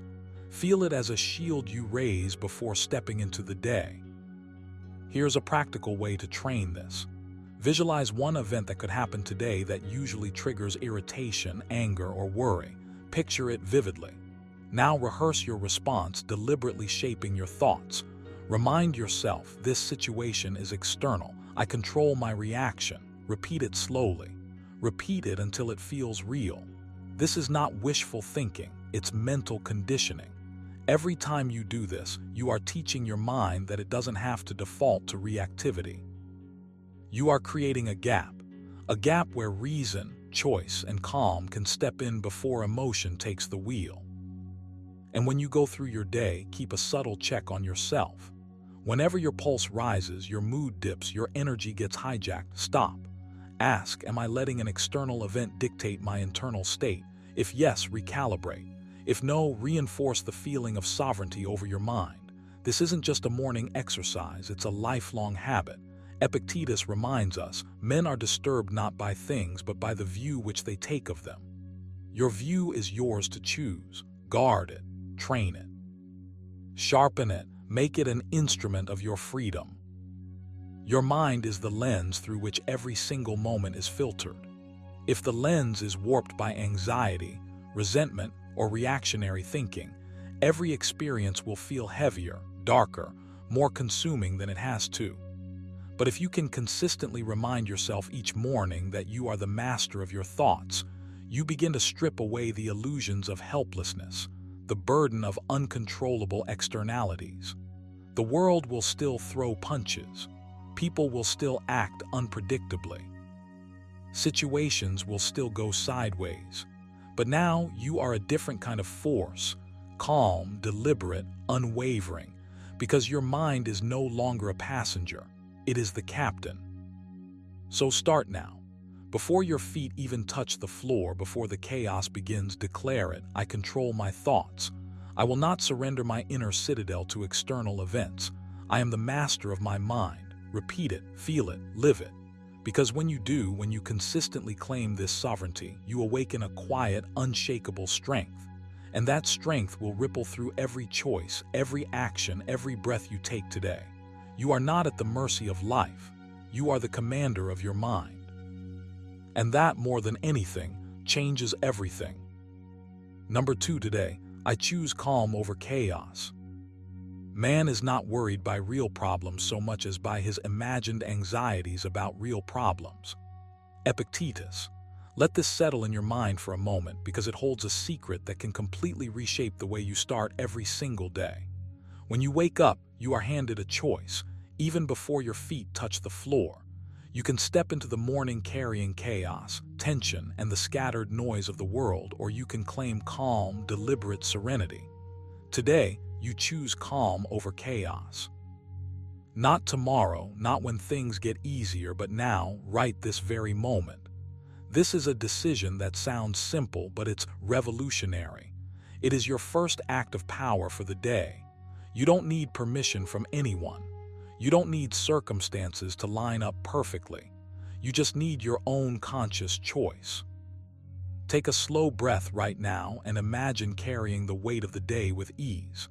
Feel the subtle difference between reacting impulsively to every little disturbance and walking through your morning with quiet authority. Chaos feeds on your attention. It grows stronger when you give in, when you allow irritation, frustration, or impatience to take hold. Calm, on the other hand, is an inner fortress. It does not collapse because someone cuts in line in traffic, because an email comes with pressure, or because the world refuses to bend to your timetable. Calm is quiet strength. It is a refusal to hand your power away to fleeting disturbances. Reminds us that you have power over your mind, not outside events. Realize this and you will find strength. Let that sink in. The chaos isn't in the world, it's in how you allow yourself to respond. So how do you claim calm as your own, starting with the first seconds of your morning? Begin by taking deliberate control over your thoughts. As soon as you open your eyes, set an intention. I will not be shaken by distractions. I will not be consumed by noise. I choose calm. Repeat it, feel it, own it. Let your posture support your resolve. Sit up straight, shoulders relaxed, chest open. Your body is a vehicle for your mind. Let its alignment reinforce your choice. Before reaching for your phone, take 3 intentional breaths. Inhale for 4 counts, hold for 4, exhale for 6. Focus only on that rhythm. In that small window of time, you are declaring that your calm is non-negotiable. Next, practice mental clearing. Recognize that thoughts will intrude, they always do, but instead of wrestling with them, acknowledge them as passing clouds. This is a thought, not a command, you can whisper to yourself. Visualize chaos as a storm outside your walls. You are inside. You are protected. Each moment you remind yourself that external pressures are not your master is a brick in your inner fortress. From this place, you can step into action rather than reaction, choose strategy over emotion, and maintain a sense of stability that others will notice even if they cannot name it.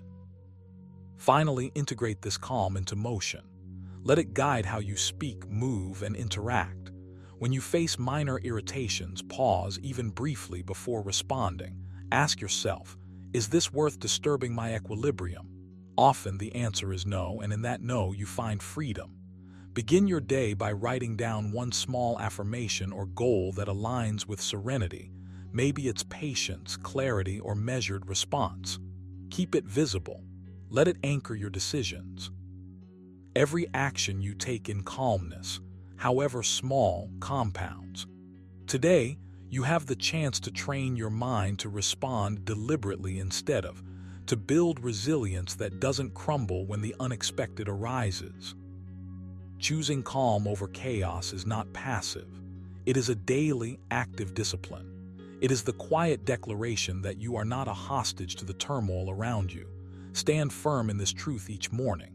Feel it ripple through your body, guide your actions, and influence every interaction. By choosing calm today, you are not merely surviving, you are asserting mastery over your mind. Remember Epictetus, it is not events themselves that disturb us, but our judgments about them. Today, you decide those judgments. Today, you are the commander of your inner realm. Today, calm is your superpower. Number 3, I am stronger than my fears. Imagine waking up tomorrow and saying to yourself, I am stronger than my fears. Feel how those words ripple through your chest, shaking loose the tension you've been carrying unknowingly, the doubts that sneak into your mind before the day even begins. Fear is a natural companion to life, yes, but it is not a master. As once reminded himself, you have power over your mind, not outside events. Realize this and you will find strength. Let that sink in.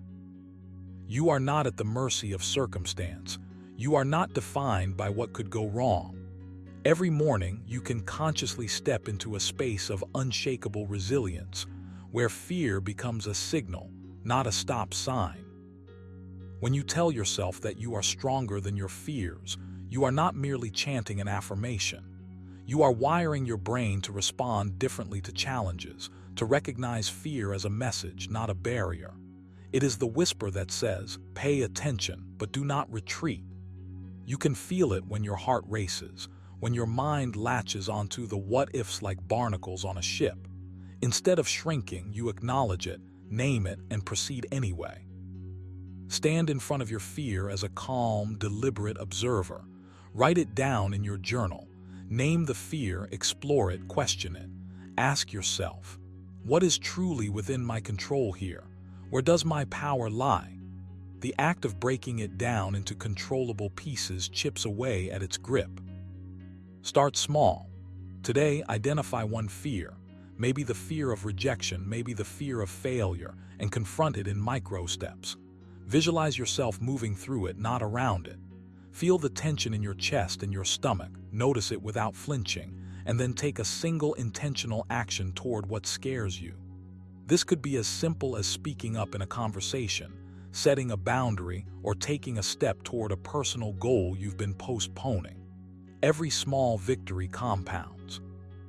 You are training your mind, like a Stoic warrior, to recognize that courage is not the absence of fear but mastery over it. Fear loses its power when you shine light on it. Reflect on it during your morning meditation or quiet moments before the day accelerates. Ask yourself, does this fear serve me, or does it limit me? The answer will be honest if you are willing to be honest with yourself. Would remind you that obstacles are merely opportunities to exercise virtue. Every encounter with fear is a chance to exercise patience, discipline, and fortitude. Say to yourself with conviction, I have faced discomfort before and I have emerged stronger. I will do it again. Repeat it slowly, letting each syllable sink into your mind like a stone into water, creating ripples of strength throughout your day. Another exercise is to breathe into the fear rather than away from it. As you inhale, acknowledge the fear. As you exhale, release the tension it brings. Pair it with movement, stretch, walk, or even push through a physically challenging task, and feel how courage grows when body and mind are aligned. Every time you consciously confront what makes you uneasy, you reinforce the truth. You are stronger than your fears. Let this become your morning mantra, your compass for every choice you make. Not tomorrow, not next week, today. Stand, breathe, reflect, act. Each repetition builds an invisible fortress of resilience. By repeating this practice, by speaking it into existence daily, you are not just surviving life, you are shaping it. Fear may knock, doubt may whisper, but you are stronger, smarter, and more capable than you give yourself credit for. Every morning, remind yourself that the only thing standing between you and the life you want is your willingness to confront the fear inside your mind. Say it, feel it, act on it. I am stronger than my fears. Let that truth guide every decision, every step, every breath you take. It is your secret, your weapon, your stoic strength waiting to be wielded. Number 4, I will act with purpose, not impulse. I will act with purpose, not impulse. Say it to yourself and let it resonate deep within. You are not a leaf tossed by every passing gust of emotion. You are a conscious force capable of steering your mind and your actions with intention. Said, you have power over your mind, not outside events. Realize this and you will find strength. Let this settle in your bones. Your power lies in choice, in the ability to pause, to breathe, to consider before you move. Every morning as you rise, repeat this mantra. Feel it, own it. Let it shape the trajectory of your day before distractions or the chaos of the world can touch you. Impulse is seductive. It whispers in the soft spaces of your mind, urging you toward convenience, toward immediate satisfaction, toward reaction without thought. But each time you surrender to it, you dilute your presence, you fracture your focus, you surrender a piece of your sovereignty. You must choose purpose.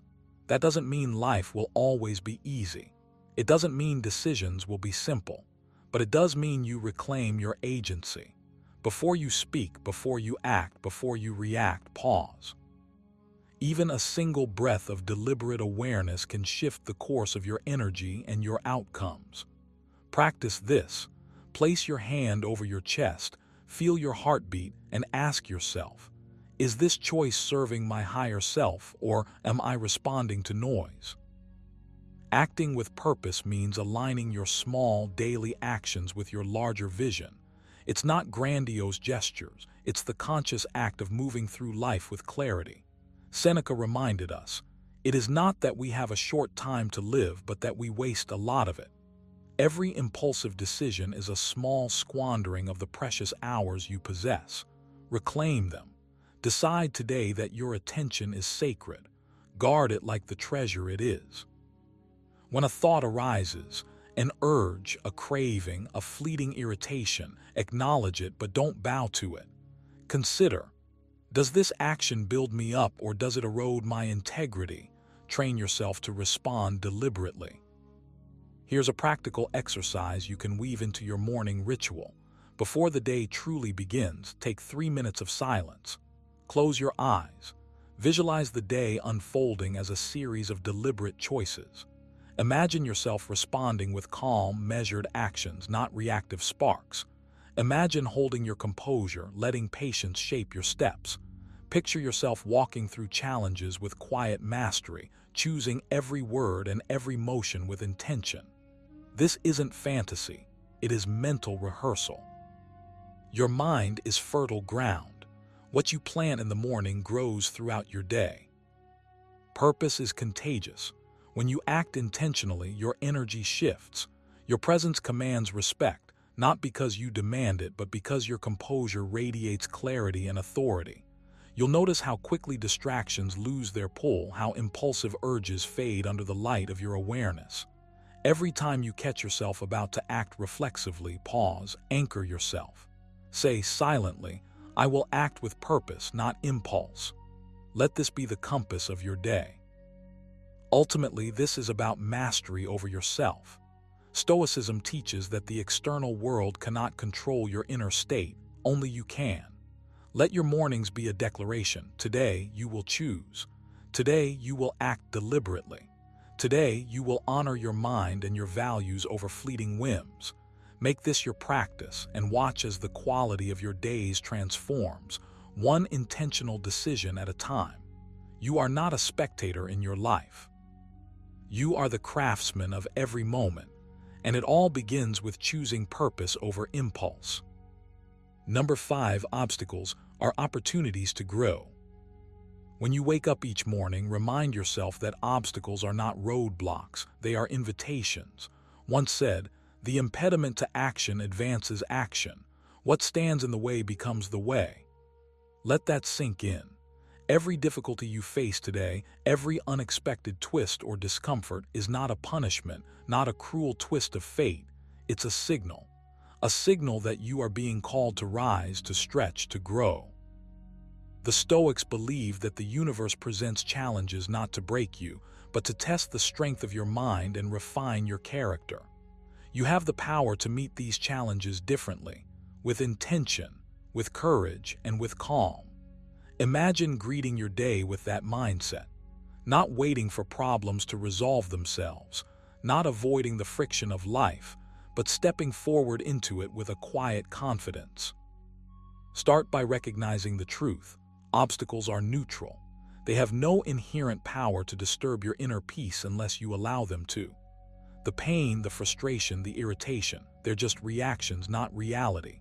Every time you feel an obstacle rising in front of you, pause, take a slow breath, observe it without judgment. Ask yourself, what can I learn from this? How can this make me stronger? This simple exercise, practiced every morning, rewires your mind to see challenges as teachers, not enemies. It is an active habit you are cultivating, a muscle of perception and response that grows with each deliberate effort. Now take it a step further. Visualize your day and imagine the obstacles you might encounter. Maybe someone will test your patience. Maybe a task will seem impossible at first glance. Instead of shrinking back, lean in. Mentally rehearse your calm response. Decide in advance that no irritation will pull you off your center. Picture yourself navigating the challenge with focus, with measured action, with clarity. This is not daydreaming, it's strategic preparation. It's building your inner fortress so that when the obstacle arrives, you are ready, composed, and unshakable. You can also turn obstacles into a form of journaling practice. Every morning, write down one difficulty you anticipate. Then next to it, jot down what opportunity lies within it. Could this obstacle teach patience? Could it force you to think creatively? Could it reveal a weakness you need to strengthen? By doing this consistently, you train your mind to shift perspective automatically, to hunt for the hidden lesson in every challenge. Over time, this becomes a reflex, a mental habit that transforms frustration into fuel. Remember, the Stoics remind us that external circumstances are beyond our control, but our response is always within it. You cannot prevent obstacles, but you can control how you meet them. Say it aloud each morning. I will face what comes with strength and clarity. I will use every challenge to grow. Feel the weight of that declaration settle into your bones. Let it guide your actions, your decisions, your words. This is not empty motivation. It is a practice of alignment with reality, a conscious choice to convert resistance into progress. Finally, take action immediately. Don't wait until the challenge appears. Start small. When a minor frustration arises, like a delay or a small inconvenience, pause, breathe, and respond intentionally. See it as a micro-obstacle, a tiny rehearsal for the bigger tests. Each moment you meet resistance without anger, without complaint, is a brick laid in the foundation of your unshakable mind. This is how growth happens. This is how you turn obstacles into opportunities. You cannot control the world, but you can control yourself. And that, above all else, is what determines your peace, your power, and your progress. Number 6, I release what I cannot change. Every morning, remind yourself, I release what I cannot change. Say it slowly, let it roll over your mind, let it settle like a quiet river flowing through the chaos of your thoughts. There is immense power in recognizing the boundary between what is yours to influence and what lies beyond your reach. Once wrote, you have power over your mind, not outside events. Realize this and you will find strength. Think about that for a moment. The world around you will always shift, twist, and challenge you, but your reaction, your perception, remains firmly within your control. This is not just philosophy. It is the daily armor of your mind. If you wake each morning carrying yesterday's anger, resentment, or worry about things you cannot fix, you start your day with invisible chains. You begin your hours weighed down by burdens that belong nowhere near your focus. The very first step to breaking free is acknowledging that some things are not yours to carry. You do not need to fix them. You do not need to fight battles that are not yours. You do not need to explain, justify, or negotiate with forces that are indifferent to your efforts. Release is not about weakness. It is not passive. It is a deliberate act of courage. When you tell yourself that you release what you cannot change, you are choosing where your energy flows. You are saying, I refuse to let circumstances beyond my control dictate my peace, my focus, my power. Imagine the clarity you gain when you stop wrestling with impossibilities. The space that was filled with frustration now becomes fertile ground for action that actually matters. For things within your control, you can act decisively, without distraction, without the fog of needless worry. For things outside your control, you grant yourself permission to step back, breathe, and regain perspective. Start your morning with a simple exercise. Close your eyes and draw a line in your mind. On one side, write everything that you have influence over. On the other side, list everything that you do not. Visualize placing each item on the second side into a box and closing it gently. Feel the weight lifting off your shoulders. Feel how your chest opens, how your thoughts clear. Repeat, I release what I cannot change. Repeat it until it is no longer just words, but a declaration your body remembers. Let it echo in your mind throughout the day whenever tension rises, when frustration tries to sneak back in, when your patience feels stretched. This practice also trains you to respond, not react. The Stoics emphasize the distinction between impulse and reason. Epictetus said, "It's not what happens to you, but how you react to it that matters." By releasing what you cannot change, you build the habit of measured response. You cultivate a mind that weighs reality without distortion, that chooses action rooted in efficacy rather than emotion. You train yourself to act where your efforts bear fruit and to stand calmly where they do not. And here is the most powerful part. The more consistently you release what cannot be changed, the more resilient you become. You stop being a hostage to circumstance, to other people's moods, to the unpredictable flow of life. You reclaim your morning, your focus, your energy. You start each day aligned with your principles rather than dragged along by every minor disruption. You transform your morning into a sanctuary of clarity, a rehearsal for the day you actually want to live. So today, take a deep breath. Say it aloud. I release what I cannot change. Feel it, own it. Let it guide your actions, shape your thoughts, and anchor your mind. Make this ritual non-negotiable. Let it become the first seed of your day, the quiet declaration that sets the tone for every decision, every interaction, every challenge. The world may twist and turn, but you are steady, calm, and unshakable. And it all begins with releasing what you cannot change. Number 7, my time and energy are precious. I guard them. Every morning, remind yourself, your time and energy are precious commodities. They are not infinite. They are not to be squandered on people who drain you, on activities that leave you hollow, or on distractions that pull you away from your purpose. As once wrote, it is not that we have a short time to live, but that we waste much of it. Let this truth settle into your bones today. You are the guardian of your own life. Every decision, every moment, is a chance to protect what belongs to you, your clarity, your focus, your inner calm. Start your day with this awareness. Before you answer a message, before you scroll through your phone, before you even speak, pause. Ask yourself, does this action honor my time? Does this interaction fuel my energy or drain it? This pause, however brief, is a small but mighty act of self-discipline. Seneca said, "We are always complaining that our days are few and acting as though there would be no end of them." You are not guaranteed unlimited hours, yet too often you act as if you are. The moment you internalize that your energy is sacred, you begin to move through life differently. You stop giving pieces of yourself to things that don't deserve it. You begin to choose what you will engage with and what you will release without guilt. Guarding your time and energy does not mean closing yourself off from the world. It means being deliberate. It means saying no to what weakens you so you can say yes to what strengthens you. Make it a practice each morning to visualize your day as a fortress. See yourself walking through it, deciding carefully which doors you open, which conversations you enter, which tasks you allow to claim your focus. Let your energy flow where it matters most, toward your growth, your values, your purpose. You are not a vessel to be emptied by the whims of others.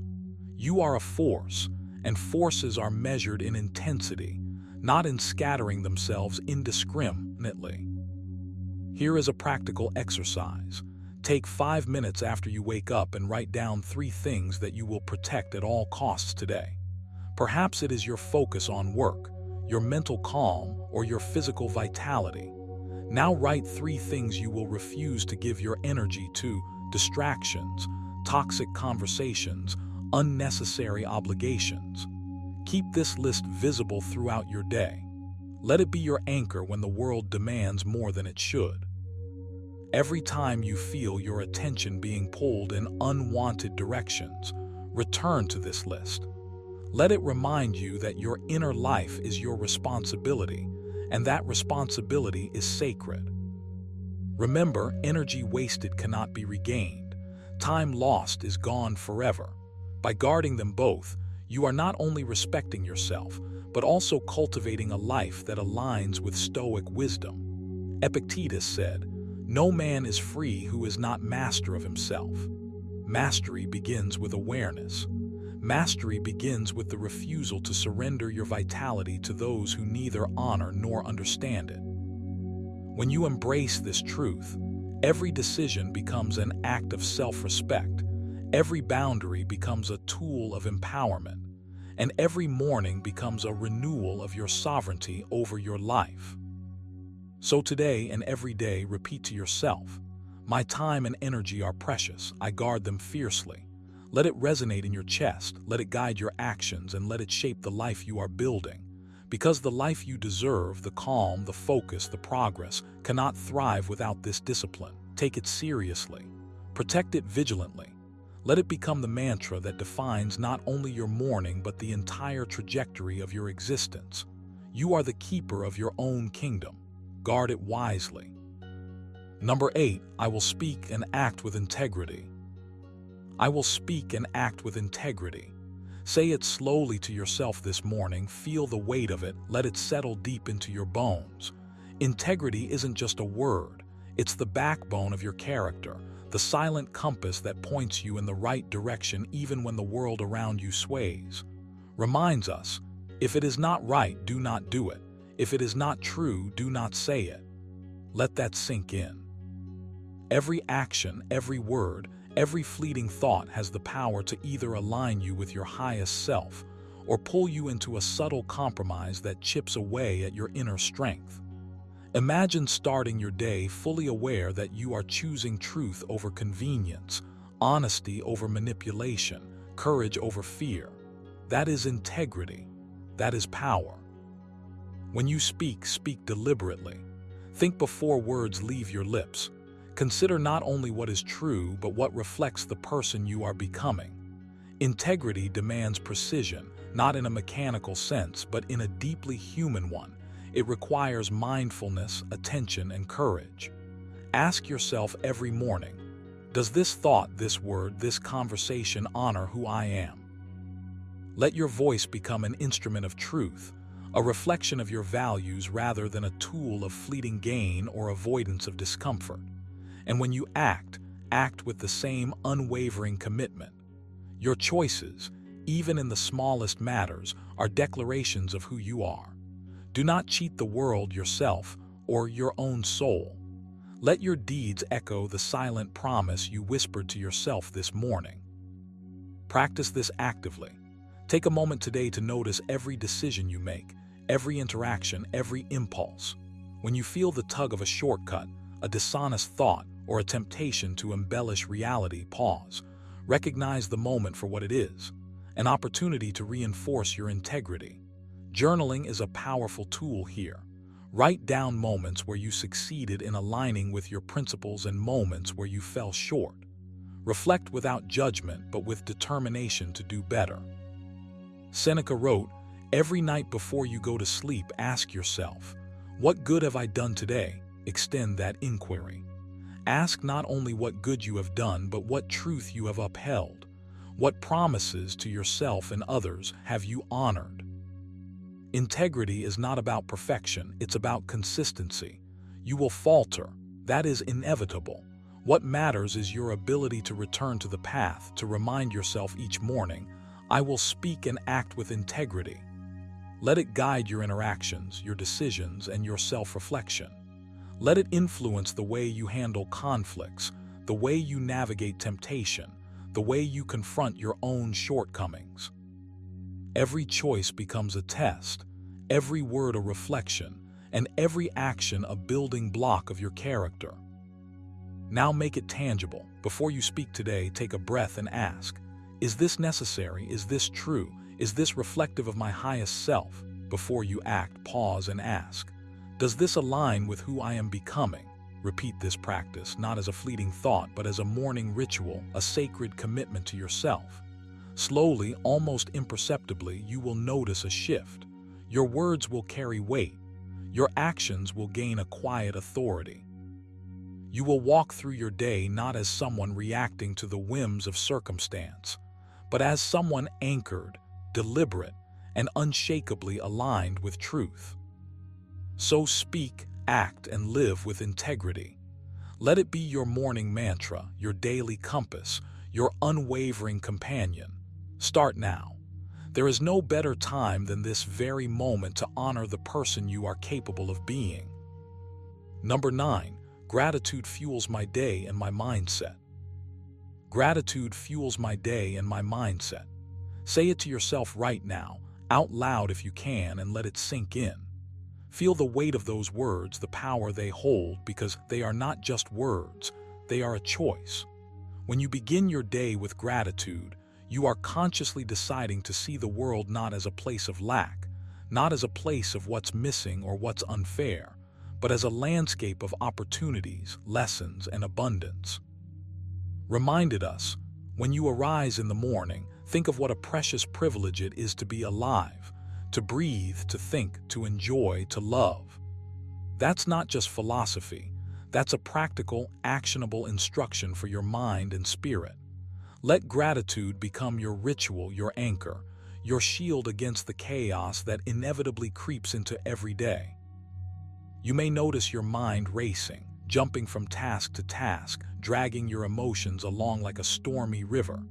This is where gratitude intervenes. By stopping, even for just a few moments, and telling yourself, I am grateful for my body, my mind, my ability to grow, you are flipping a switch. You are asserting control over your perception, and that is the essence of Stoicism. Focus on what is within your control. Gratitude aligns you with reality, not as something to resist, but as something to embrace, shaping your response rather than letting circumstances shape you.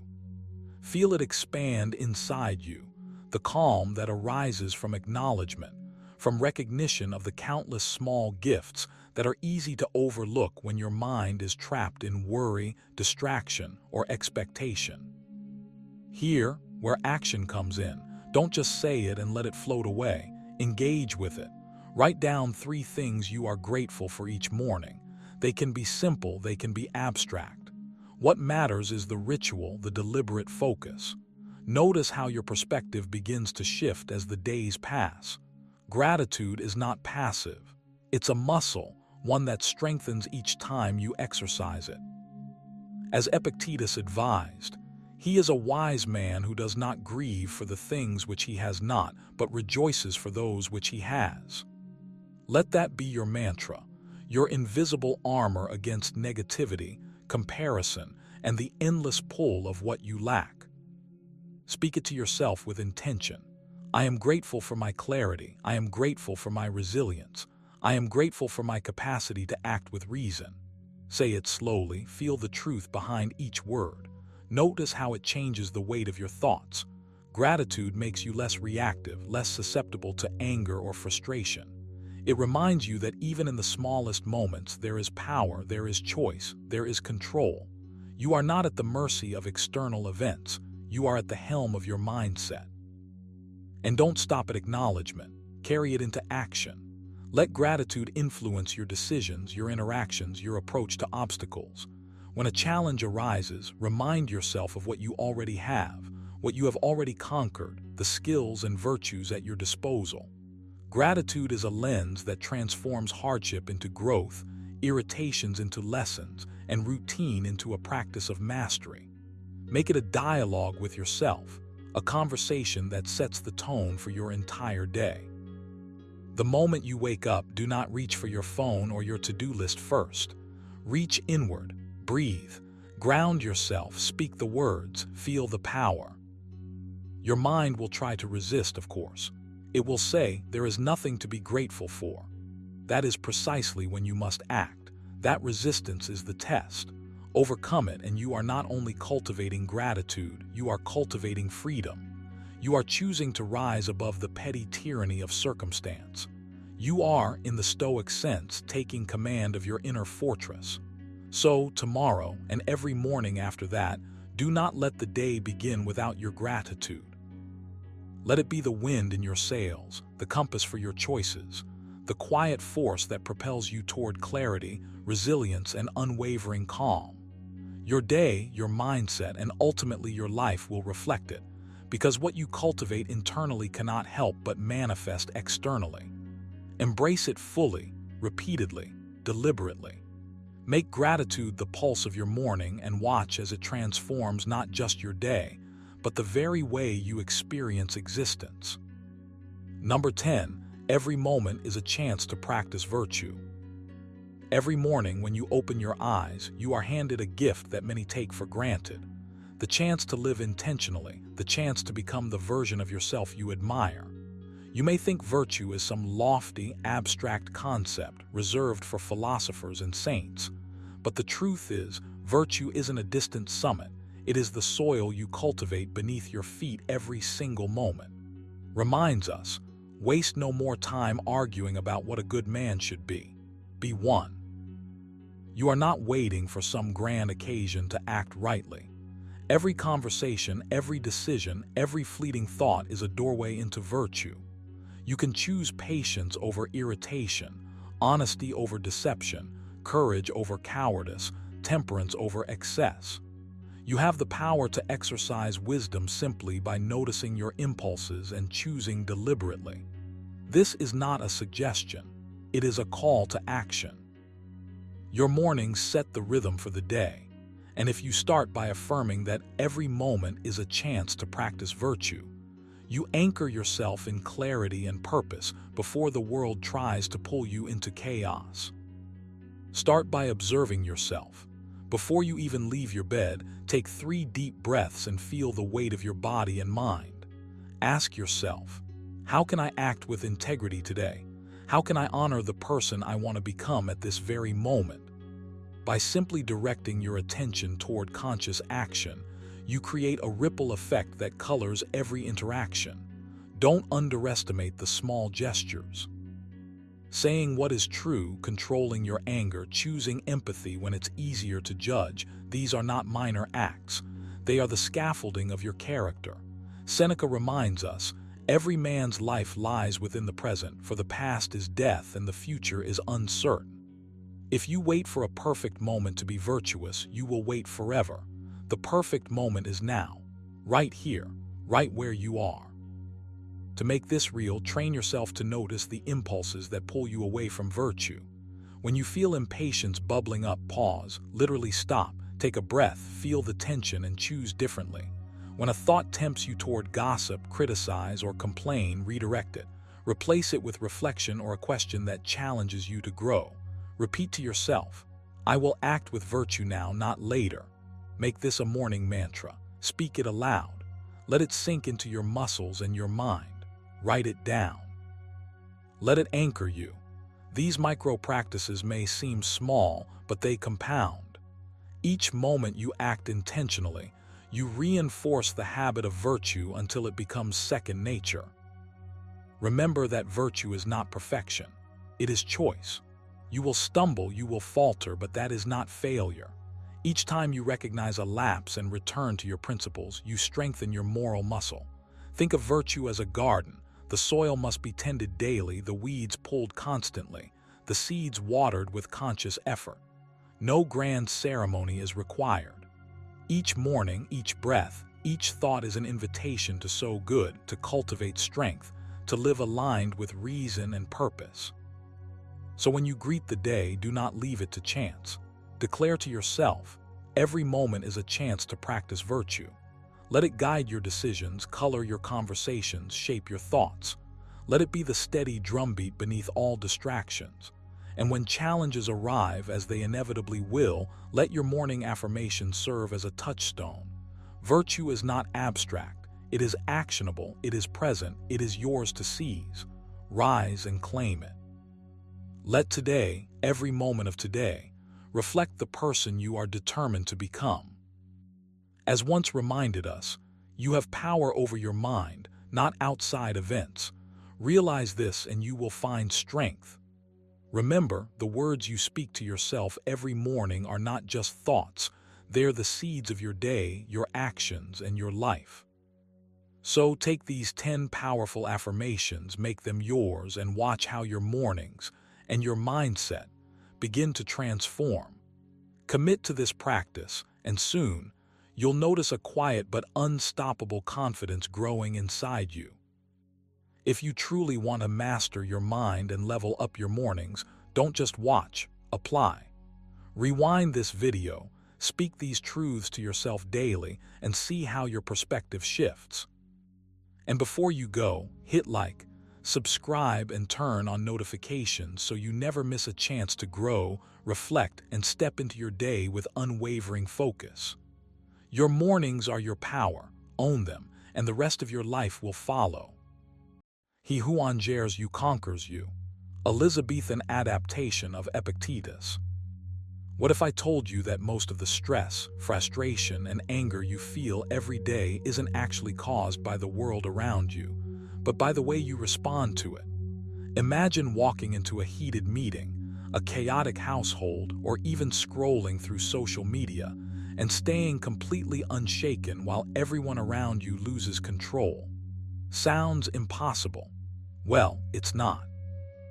In this video, we're diving deep into 10 Stoic hacks that will train your mind to stay calm, grounded, and unflappable, even when chaos surrounds you. These aren't vague theories. They're practical, actionable strategies used by some of history's greatest thinkers to master their emotions, stay rational under pressure, and keep their peace intact. Whether you're tired of feeling drained by other people's drama, or you want to approach life with clarity and composure, these Stoic techniques will transform the way you react to stress permanently. So stick around till the very end, because each tip builds on the last, and the final hack is something most people completely overlook. But it's a total game changer. By the time this video is over, you won't just know how to stay calm, you'll feel it in your bones. Number 1, focus on what you can control. You've got to understand this first. The moment you fixate on things outside your control, you hand over your power. You give it away. Seneca once said, "We suffer more often in imagination than in reality." And that's exactly what happens when your mind latches onto things you cannot change. Imagine the weight of trying to manage other people's moods, decisions, or reactions. It's exhausting, futile, and completely unnecessary. You don't need to be a victim of circumstances. You need to recognize what's yours and what is. You need to look squarely at your own choices, your own reactions, and your own mind, because that is where your true power lies. Now I want you to picture this. Every time someone else loses control, they're giving you a choice. You can either spiral with them, get caught in the chaos, or you can pause, breathe, and anchor yourself in what's yours, your thoughts, your actions, your serenity. Epictetus reminds us, it's not what happens to you, but how you react to it that matters. That's not just philosophy, it's a tool, a strategy, a lifeline.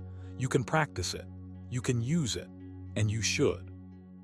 Every single day, take a moment to scan your mind like a map. Identify what's in your jurisdiction and what is. The emails you send, the words you speak, the choices you make, those are yours. The storm outside, the outburst, the sudden anger of someone else, that's theirs. Stop blending the territories. Stop playing in someone else's chaos. Here's a practical way to exercise this. Each morning, take a quiet minute and write down what is absolutely under your control today. Be ruthless. Strip it down to essentials, your attention, your effort, your words. Now write down what is outside your control. Let it be clear, distinct, and untouchable. The very act of labeling it separates it from your mental space. You'll notice a shift. Your mind won't wander into every possible disaster. Your energy won't leak into battles you cannot win. This simple act alone is transformative. It trains your mind to anchor in the present and in your own sphere of influence. And it doesn't stop there. Throughout your day, catch yourself when you start venturing into what you can't change. Maybe it's someone's reaction, maybe it's a sudden setback, maybe it's the unpredictability of life itself. Pause, inhale deeply, Remind yourself, this is not mine to control, my response is mine. Feel the freedom in those words. Feel the calm in reclaiming what's yours. Stoicism isn't about suppressing emotions, it's about redirecting them. Your focus is a muscle. Exercise it. Strengthen it. Let it rest only on what you can touch, influence, and nurture. And yes, practice makes it stick. Set small, deliberate exercises. When tension rises, silently say, "This is not mine." When frustration builds, write down exactly what you can influence in that moment. Let it become a habit, not a thought experiment. Soon, you'll notice a profound difference. The world may rage around you, but inside, you maintain composure. Calm becomes your default state. You start moving through life with intention, clarity, and the quiet confidence that comes from knowing you hold the only levers that matter: your own mind and your own choices. So start today. Right now, take a deep breath, scan your thoughts, and ask yourself, what is mine to control? What can I let go? The more you focus here, the less the chaos outside has a hold on you. Said, you have power over your mind, not outside events. Realize this and you will find strength. Strength, serenity, and focus are waiting for you. All you have to do is reach for them. Number 2, pause before reacting. Imagine this. Someone says something that sparks an instant surge of irritation, or a situation suddenly veers into chaos, and your first impulse is to respond immediately, emotionally, reacting before thinking. Pause. Just pause. This is the simple yet revolutionary idea at the heart of Stoicism. You don't have to be carried away by the currents of others, anger, or confusion. As Epictetus reminds us, it's not what happens to you, but how you react to it that matters. That pause is the space where freedom begins. It's the quiet crack between impulse and action where you reclaim control.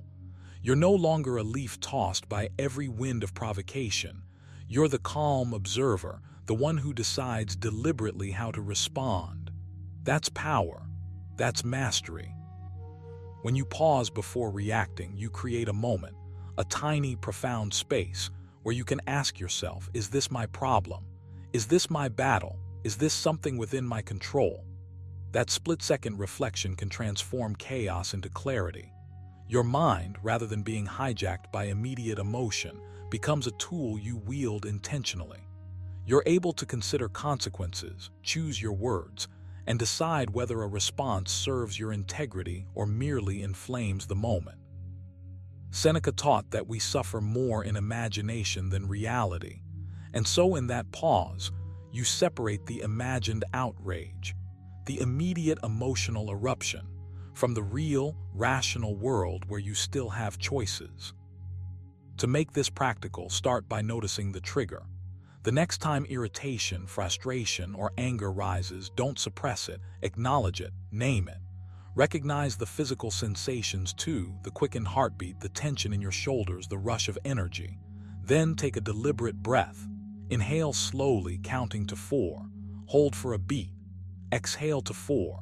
This isn't just a ritual, it's your signal to your mind that the automatic, reactive mode is temporarily suspended. In that pause, remind yourself of what emphasized, that the opinions of others, their anger or foolishness, do not touch the essence of who you are. Practice this pause like a muscle. Begin with small, low-stakes irritations, maybe a minor inconvenience, a passing comment, a momentary disruption. Extend the pause even for a few seconds before acting. Each time you do, your reflexive reactions weaken and intentional responses strengthen. Over time, you'll find that the pause itself becomes a habit, a natural buffer that protects you from being drawn into unnecessary conflict. You start to see that most reactions, especially impulsive ones, are not worth the mental or emotional expenditure. A powerful exercise to internalize this is to visualize difficult interactions ahead of time. Imagine someone saying something that would normally set you off. Instead of rehearsing your outburst, mentally practice pausing, breathing, and responding with calm, deliberate words. Picture the satisfaction of keeping your composure, the clarity that comes from choosing your reaction rather than reacting blindly. By repeatedly rehearsing the pause in your imagination, you strengthen your ability to do it in real time, turning it from an abstract concept into a reflexive tool for daily life. Remember, pausing doesn't mean passivity. It doesn't mean suppressing your voice or ignoring problems. It means claiming the space to respond with wisdom, not impulse. Each pause is a small victory, a reclamation of your inner freedom, a daily act of stoic resilience. Start now. Pause, breathe, choose, and watch as the storms of others' emotions pass around you while you remain anchored, calm, and unshaken. Number 3, practice deep breathing. Imagine a moment when everything around you is chaotic, voices rising, tempers flaring, tension thick enough to choke on. In that moment, it might feel impossible to stay grounded, let alone calm. Yet there is a simple, almost miraculous tool you can wield, one that requires nothing but your own body, your breath. Deep breathing is more than just inhaling and exhaling. It is a deliberate act of reclaiming control. As Epictetus reminds us, it's not what happens to you, but how you react to it that matters. Your breath can be the tether that keeps your mind steady when the world around you seems unhinged. By consciously slowing down and deepening your breaths, you create a physiological shift, a subtle but powerful reminder that, no matter how others behave, you remain the master of your inner world. Start by taking notice of your inhalation, letting it expand your belly rather than just your chest. This is not merely a mechanical act. It's a statement to yourself that you will not be swept away by external turbulence. As you inhale, count slowly to 4, feeling the air fill you completely. And as you exhale, count to 6, letting tension leave your body. That extra beat on the exhale mirrors the Stoic principle of detachment, releasing what is outside your control. This rhythm, simple yet profound, slows your heart rate, eases the tension in your muscles, and signals to your mind that you are not participating in the chaos. You are observing, choosing, responding with intention. You can extend this practice into moments of subtle stress, not just when the storm is raging. Every day, pause for a minute or two and breathe deeply, fully aware of the sensation of air entering and leaving your body.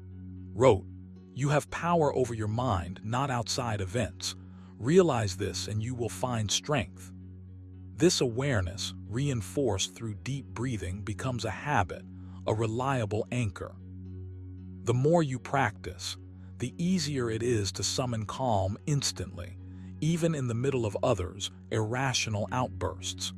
Your breath becomes both shield and compass, guiding you back to clarity when impulsive reactions tempt you. To deepen the effect, synchronize your breathing with your awareness of the present moment. Feel your feet on the ground, notice the sensation of your clothing against your skin, hear the distant hum of life moving on. This full-bodied attention, paired with steady, deliberate breaths, dissolves panic before it can take hold. It is a Stoic exercise in presence, a reminder that the only thing you truly control is your perception, and your breath is the gateway to that control. Practice makes permanent. Start small if you must, 2 minutes at your desk, 5 minutes in the morning, or even a few conscious breaths before answering a tense email or walking into a crowded space. With time, these pauses become instinctive. You'll find that the ability to remain composed isn't dependent on the environment. It arises from your inner discipline. The world may erupt in anger, confusion, or despair, but your breath anchors you. It is your proof that serenity is a choice, not a circumstance. So, inhale with intention, exhale with resolve, and remember that mastery of your inner life begins one conscious breath at a time. Number 4, reframe the situation. When chaos erupts around you, your instinct might be to react immediately, to mirror the panic or frustration you see.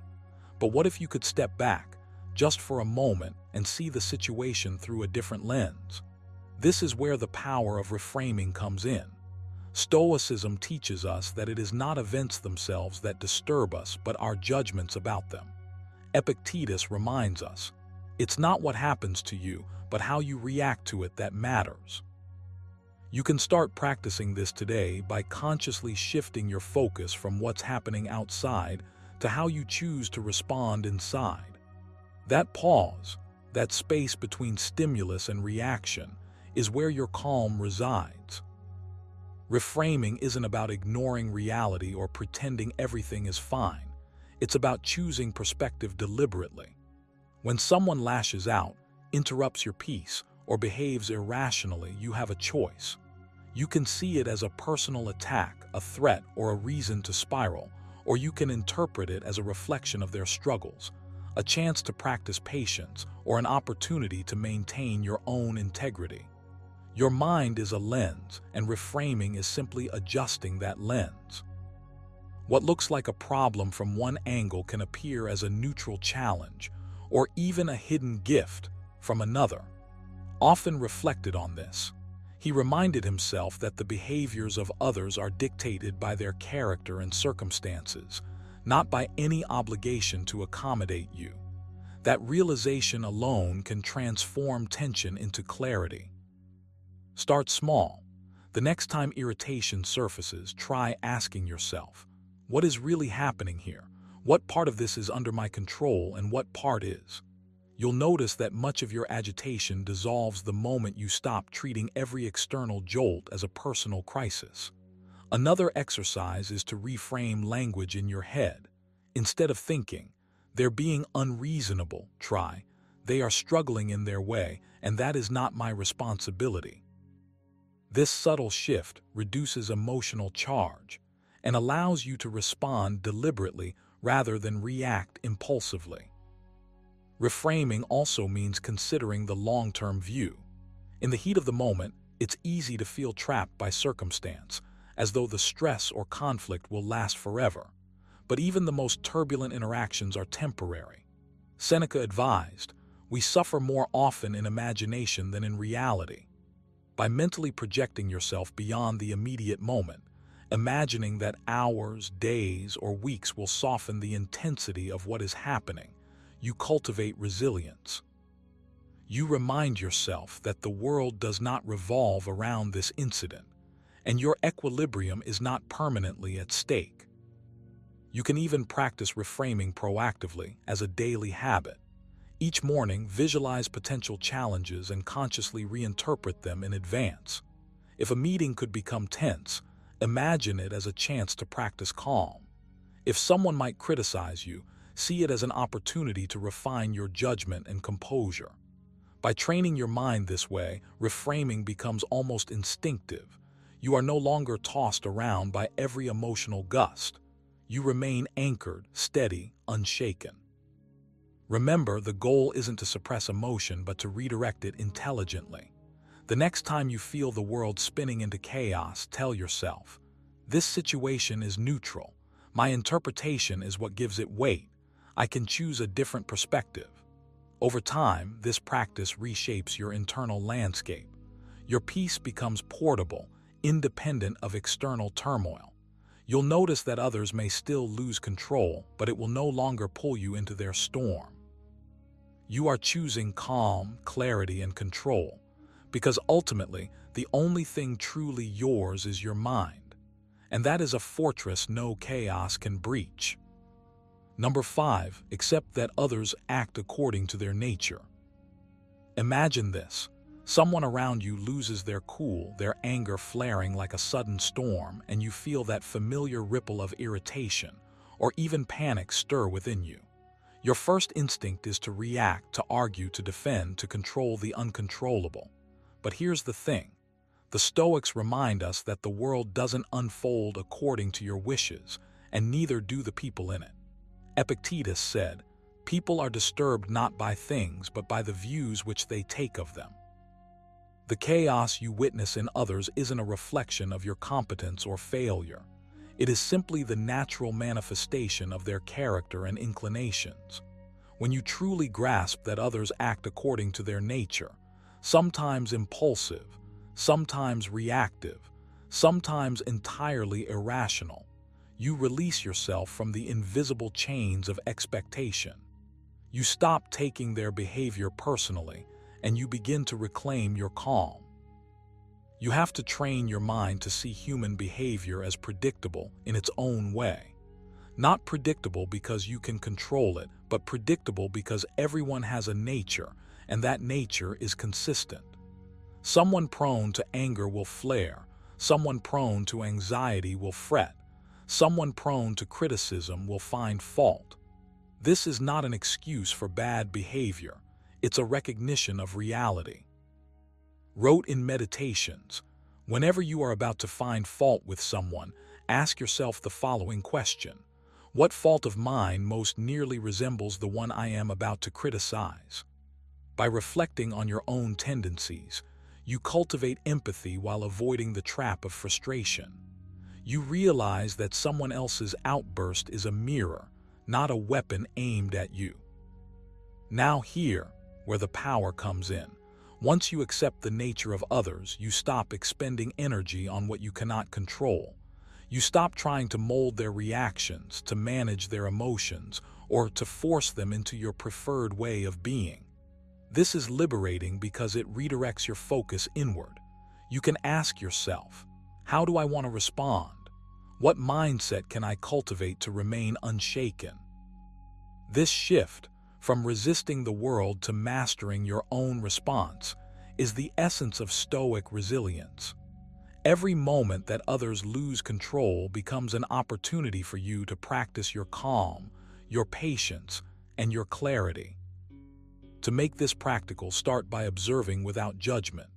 The next time someone acts impulsively or harshly, pause, take a breath, recognize the behavior for what it is, a natural tendency of that person and not a personal attack. You can even internalize a short mantra.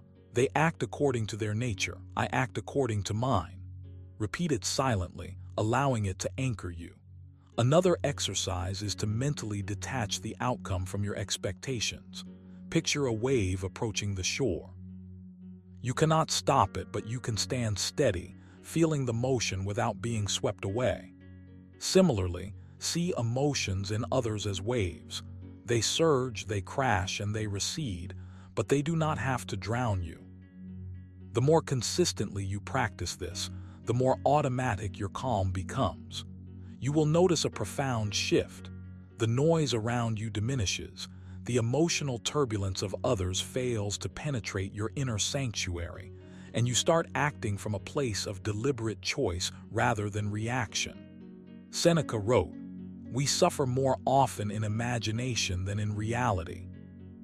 By accepting human nature, you cut through imagined slights and indignities, and you anchor yourself in what truly matters, your reasoned, intentional response. So today, decide to observe without needing to intervene.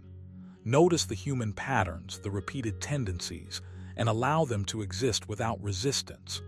Recognize that their behavior says nothing about your worth, your competence, or your peace. And then with each interaction, each observation, you build a muscle that no external storm can touch.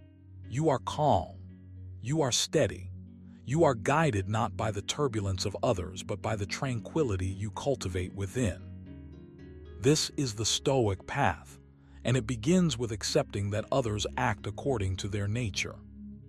Number 6. Maintain perspective on the bigger picture. Imagine this. The world around you feels chaotic, tempers flare, voices rise, and it seems as if everyone is losing control.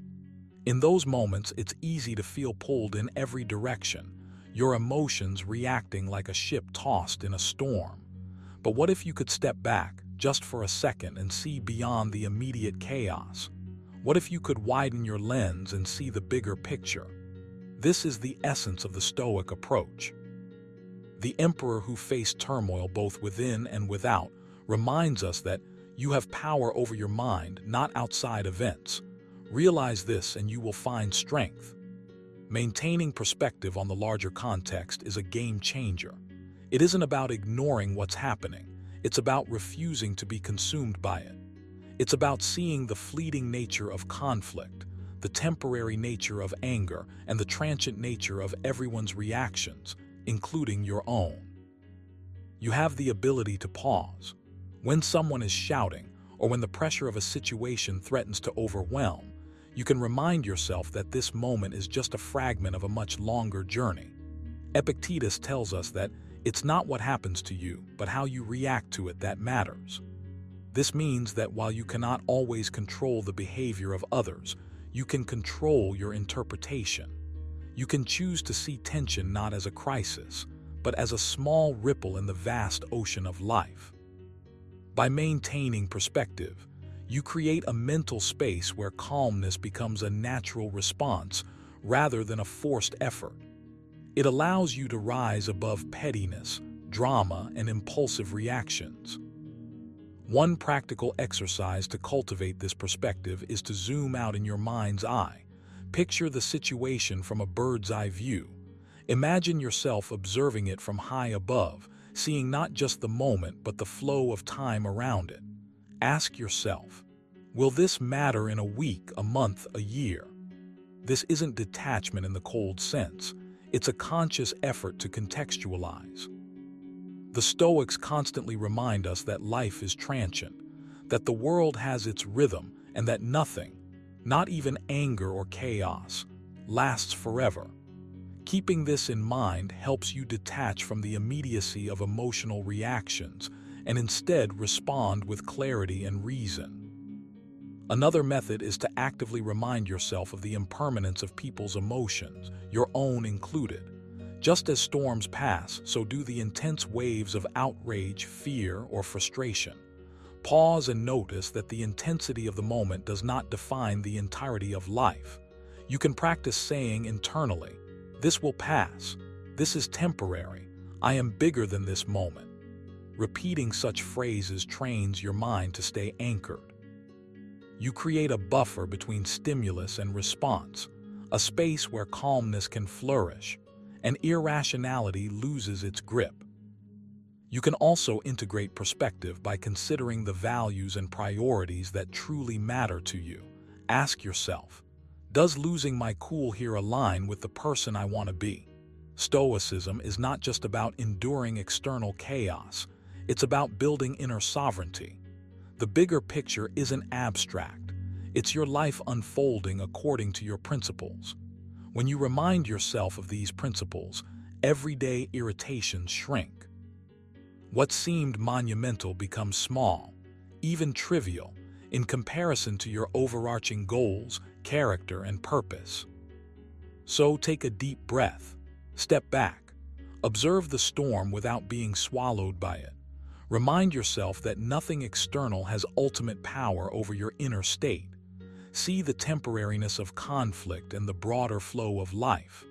Practice these mental exercises daily, and you will find that calmness isn't a rare gift reserved for the serene. It becomes your default. By maintaining perspective on the bigger picture, you are not just surviving chaos. You are mastering your mind. And in that mastery, you discover a quiet strength that others, frantically grasping at control, can only envy. Number 7, visualize worst-case scenarios calmly. Imagine this. Everything you fear could happen, suddenly, all at once. But instead of panicking, you remain centered, steady, unshaken. That's the power of visualizing worst-case scenarios calmly. It sounds counterintuitive at first, right? Why dwell on the worst things that could happen? But this is not about inviting doom into your mind. It's about taking control before circumstances take control of you. Seneca reminds us, we suffer more often in imagination than in reality. Your mind has a habit of running wild with possibilities, often exaggerating, spiraling, and amplifying fear. By consciously imagining the worst calmly, you bring that runaway mind back into the driver's seat. You train yourself to face the storm mentally before it hits in reality. And when it does, the storm is no longer terrifying. It's merely another scenario you have prepared for. Here's the key. You must do this with composure. Don't visualize in a way that fuels panic. Instead, calmly walk through the scenario in your mind. Picture the worst that could happen, then ask yourself, how would I respond? What steps could I take? How could I endure or adapt? By mapping a plan, even mentally, you reduce the power of uncertainty. Epictetus says, it's not what happens to you, but how you react to it that matters. Your mental rehearsal allows you to respond with reason rather than raw emotion. Every time you practice this, you're strengthening the muscle of equanimity. Start small. Pick a minor fear, a conversation, a work presentation, or a difficult interaction, and imagine it going off the rails. Now, instead of feeling dread, guide yourself through it with calm, rational responses. Notice the shift. Your body relaxes, your heartbeat slows, your mind clears. That's the magic. Your fear doesn't vanish, but it loses its grip. With time, this practice becomes automatic. When bigger challenges arise, your mind has already been there, walking through the worst-case scenario with patience and clarity. You can also add layers to this exercise. After visualizing the worst, imagine the best-case outcome and then somewhere in between. This triangulation gives you perspective. The worst is survivable, the best is inspiring, and the middle is manageable. Wrote, you have power over your mind, not outside events. Realize this and you will find strength. The strength he spoke of comes from mental preparedness, from knowing that no matter what happens, you have a clear, composed response ready. To make it practical, dedicate just 5 minutes a day. Sit quietly, breathe deeply, and bring a possible scenario to mind. Step through it slowly, noticing how your body reacts, and then guide yourself through calm responses. Over time, this becomes a shield. Life will always throw chaos, but you will walk through it with a steady pace, a clear mind, and a resilient heart. You're no longer at the mercy of uncertainty. You've anticipated it, accepted it, and trained yourself to handle it. That, in essence, is the Stoic mastery of calm. Not the absence of challenges, but the presence of unshakable composure. Number 8, use self-talk to reinforce composure. When you notice chaos unfolding around you, when voices rise, tempers flare, and others spiral into frustration, the first person you must turn to is yourself. That's right, you. Your inner dialogue is more than just idle chatter. It's a tool, a lever, a quiet force that can anchor you while the storm rages. In the words of Epictetus, it's not what happens to you, but how you react to it that matters. Your self-talk shapes your reaction. It frames your perspective. And when you choose your words carefully, you create a mental shield against the chaos, a buffer that keeps your mind calm even as everything else tilts toward disorder. Begin by noticing the tone of your internal conversation. Often, when others lose control, your mind unconsciously mirrors their turbulence. Thoughts like "this is unbearable" or "I can't stand this" sneak in, and suddenly you're no longer a calm observer, you're a participant in the storm. Catch yourself. Interrupt those patterns. Replace them with words that anchor you. I am steady. I can handle this. My calm is my power. I choose clarity over chaos. These aren't empty affirmations. They are deliberate reminders that you control the one thing that truly matters, your own response. Reminds us, you have power over your mind, not outside events. Realize this and you will find strength. Every time you speak to yourself in a composed, deliberate way, you exercise that power. Make self-talk active, not passive. Don't just repeat phrases mechanically, engage with them. When someone's anger spikes in a meeting, pause, take a breath, tell yourself, I will observe without reacting.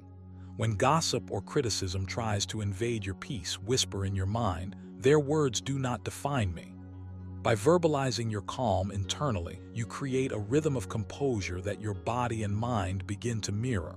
Your breath slows. Your muscles release tension. Your mind notices the steadiness and locks onto it, even as the external environment remains volatile. There's a method to make this second nature: rehearsal. Visualize challenging situations in advance. Imagine people shouting, deadlines collapsing, unexpected disruptions. Now practice your internal responses. Hear yourself saying, I remain clear, I observe, I act with intention. Run through this in your mind until the phrases feel like an instinct, a protective mantra you can call on at will. This is the essence of Stoic preparation, anticipating chaos but training your mind to remain unwavering. Another practical step is to anchor your self-talk in values and perspective. Remind yourself that most of what provokes panic in others is trivial in the grand scope of life. Stoics often reflected on mortality, on the fleeting nature of moments, on the triviality of petty conflicts. You can use this perspective in your self-talk. This moment will pass. My peace is lasting. When you tie your words to principles larger than the immediate mess, you gain a mental vantage point that others lack, a calm that feels unshakable because it is grounded in reason, not impulse. Finally, make it habitual. Every morning before engaging with the world, speak to yourself about the calm you intend to carry. Throughout the day, use brief mental check-ins, a sentence, a phrase, a breath anchored to words of steadiness. Over time, this self-talk becomes a reflex. Chaos around you becomes a backdrop rather than a command center. You do not need to control the storm, only your stance within it. Remember, as Epictetus said, no man is free who is not master of himself. Your words are your reins. Use them to ride the whirlwind, not be swept away by it. Number 9, detach from outcomes. Imagine a moment where everyone around you is spiraling, reacting, panicking, and getting swept away by the chaos. And there you are, standing still, calm, almost immune to the storm of emotions surrounding you. How is that possible? One of the most powerful Stoic tools at your disposal is detaching from outcomes. At first, it might sound like giving up, like shrugging your shoulders and surrendering to fate, but it's far from that. Detaching from outcomes doesn't mean you stop caring or that you stop putting in effort. It means you shift your focus from things you cannot control to things you can. Reminds us, you have power over your mind, not outside events. Realize this and you will find strength. The moment you start obsessing over how things should turn out, you hand your peace of mind over to forces outside yourself. You become a hostage to the unpredictability of the world. But when you detach from outcomes, you reclaim that power. You anchor yourself in your intentions, your actions, your character, because those are yours fully, and they are where your true influence lies. Here's the key. Detaching from outcomes requires constant practice, and it starts with awareness.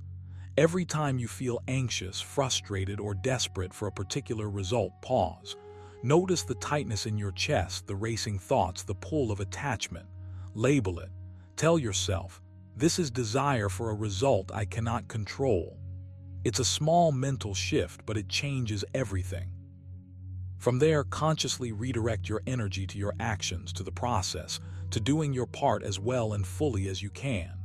Seneca said, luck is what happens when preparation meets opportunity. When you detach from outcomes, you are still preparing, still acting, still giving your best, but you release the illusion that you control the final product. The pressure evaporates, leaving space for clarity, calmness, and confident action. To make this practical, cultivate exercises that reinforce this detachment. One simple daily practice is reflection. Each morning or evening, write down the actions you will take or have taken, and next to them, note the outcomes. But treat those outcomes as secondary. The measure of success is the integrity of your effort, not whether the world complies with your expectations. Another technique is mental rehearsal. Visualize a scenario you care about intensely. Imagine it going wrong in every possible way, and then ask yourself, how can I respond without losing my composure? This isn't pessimism, it's freedom. By confronting possible outcomes in advance and rehearsing your equanimity, you immunize yourself against surprise and disappointment. You can also anchor yourself in mantras. Phrases like "I control my actions, not the result," or simply repeating words, "receive without pride, let go without attachment," when you feel the tug of expectation. Let these words become your shield, a reminder that peace does not depend on external events. And remember, this is a skill, not a switch. Every time you detach from outcomes, your calm becomes more natural. It seeps into your interactions, your decisions, and your perception of the world. People may rage around you, the stakes may feel high, and the outcome may be uncertain, but you remain grounded. You operate from a place of reason, not reaction, from purpose, not panic. Detaching from outcomes isn't detachment from life. It's engagement with it on your terms. It's the art of acting fully while embracing uncertainty, of moving with clarity while letting go of what you cannot command. Start today. Notice the small moments where you cling to results unnecessarily. Practice letting go, observing, and acting with integrity. With time, detachment transforms from a deliberate effort into a natural stance. You will find a serenity that others can't touch, a calmness that becomes your signature, and a freedom from the tyranny of expectations that allows you to navigate life with poise, strength, and unwavering clarity. Number 10, reflect daily on your responses. Imagine this: the day has ended, the noise has faded, and you finally have a moment to yourself. You sit quietly, perhaps with your eyes closed or pen in hand, and you turn your attention inward. This is not a ritual of judgment, nor a session of self-criticism. No, this is something far more powerful. It is the daily reflection of how you respond to the world around you. You see, Stoics understood that calmness is not an accident. It is cultivated, nurtured with deliberate thought. Wrote, "Waste no more time arguing about what a good man should be. Be one." And to truly embody that, you must examine your reactions. Ask yourself, where did I allow agitation to creep in today? When did I respond with patience, and when did I falter? This is not about beating yourself up. It is about becoming conscious of your inner landscape, mapping the terrain of your mind so that tomorrow you can navigate it with greater mastery. Start by setting aside a small window each day, a few minutes in the morning or before sleep. Reflect on 1 or 2 moments where emotions surged. You don't need a long list. One precise observation is more powerful than 10 vague recollections. Consider not only what triggered you, but why. What assumptions did you make? What expectations were unmet? In these moments, you are planting the seeds of awareness. Epictetus reminds us, it's not what happens to you, but how you react to it that matters. Every reflection strengthens your capacity to respond with choice rather than impulse. It is here, in this quiet practice, that you begin to separate the stirrings of your mind from the dictates of external events. As you reflect, write down your observations. This act of writing is not mere documentation. It transforms fleeting thoughts into tangible insights. Each word becomes a stepping stone, guiding you toward intentionality. Notice patterns. Perhaps you grow tense in response to criticism, or perhaps impatience flares when someone interrupts your plans. Recognize these tendencies, but do so with gentle curiosity. Stoicism does not demand harshness toward oneself. Instead, it asks for clarity and honesty. By identifying recurring triggers, you equip yourself with a mental toolkit to anticipate challenges and approach them with composure. Now take it a step further. Envision alternative responses. Imagine how you could have stayed calm, spoken with measured words, or simply observed without immediate reaction. Visualization is a hidden power in Stoic practice. The mind rehearses the art of serenity. With each mental rehearsal, your responses become less reactive, more deliberate, more aligned with the rational mind that championed. By reflecting daily, you train yourself not only to endure external chaos, but to maintain your inner sanctuary untouched by it. Finally, consider integrating gratitude and perspective into your reflection. Amid the moments that tested your patience, find something that encouraged growth, however subtle. Recognize that every challenge offers a chance to refine your character. In this quiet, you learn the art of patience, the discipline of restraint, and the profound freedom of choosing your responses. Reflection is not passive. It is a daily forging of your emotional resilience. The world may erupt around you, but through conscious reflection, you cultivate an unshakable calm. You are not at the mercy of circumstances. You are the steward of your mind. Make this practice sacred, make it habitual, and watch as your calmness becomes unassailable, even when others lose control. And there you have it, 10 Stoic hacks to stay calm when the world around you is losing its cool. Remember, serenity isn't about avoiding chaos. It's about mastering your response to it. Try incorporating even one of these practices into your daily life and watch how your perspective and your peace of mind transforms. If you found these tips helpful, hit that like button, subscribe for more strategies to stay grounded, and share your favorite hack in the comments below. Stay calm, stay thoughtful, and as the Stoics remind us, focus on what you can control and let the rest roll off your shoulders. See you in the next video.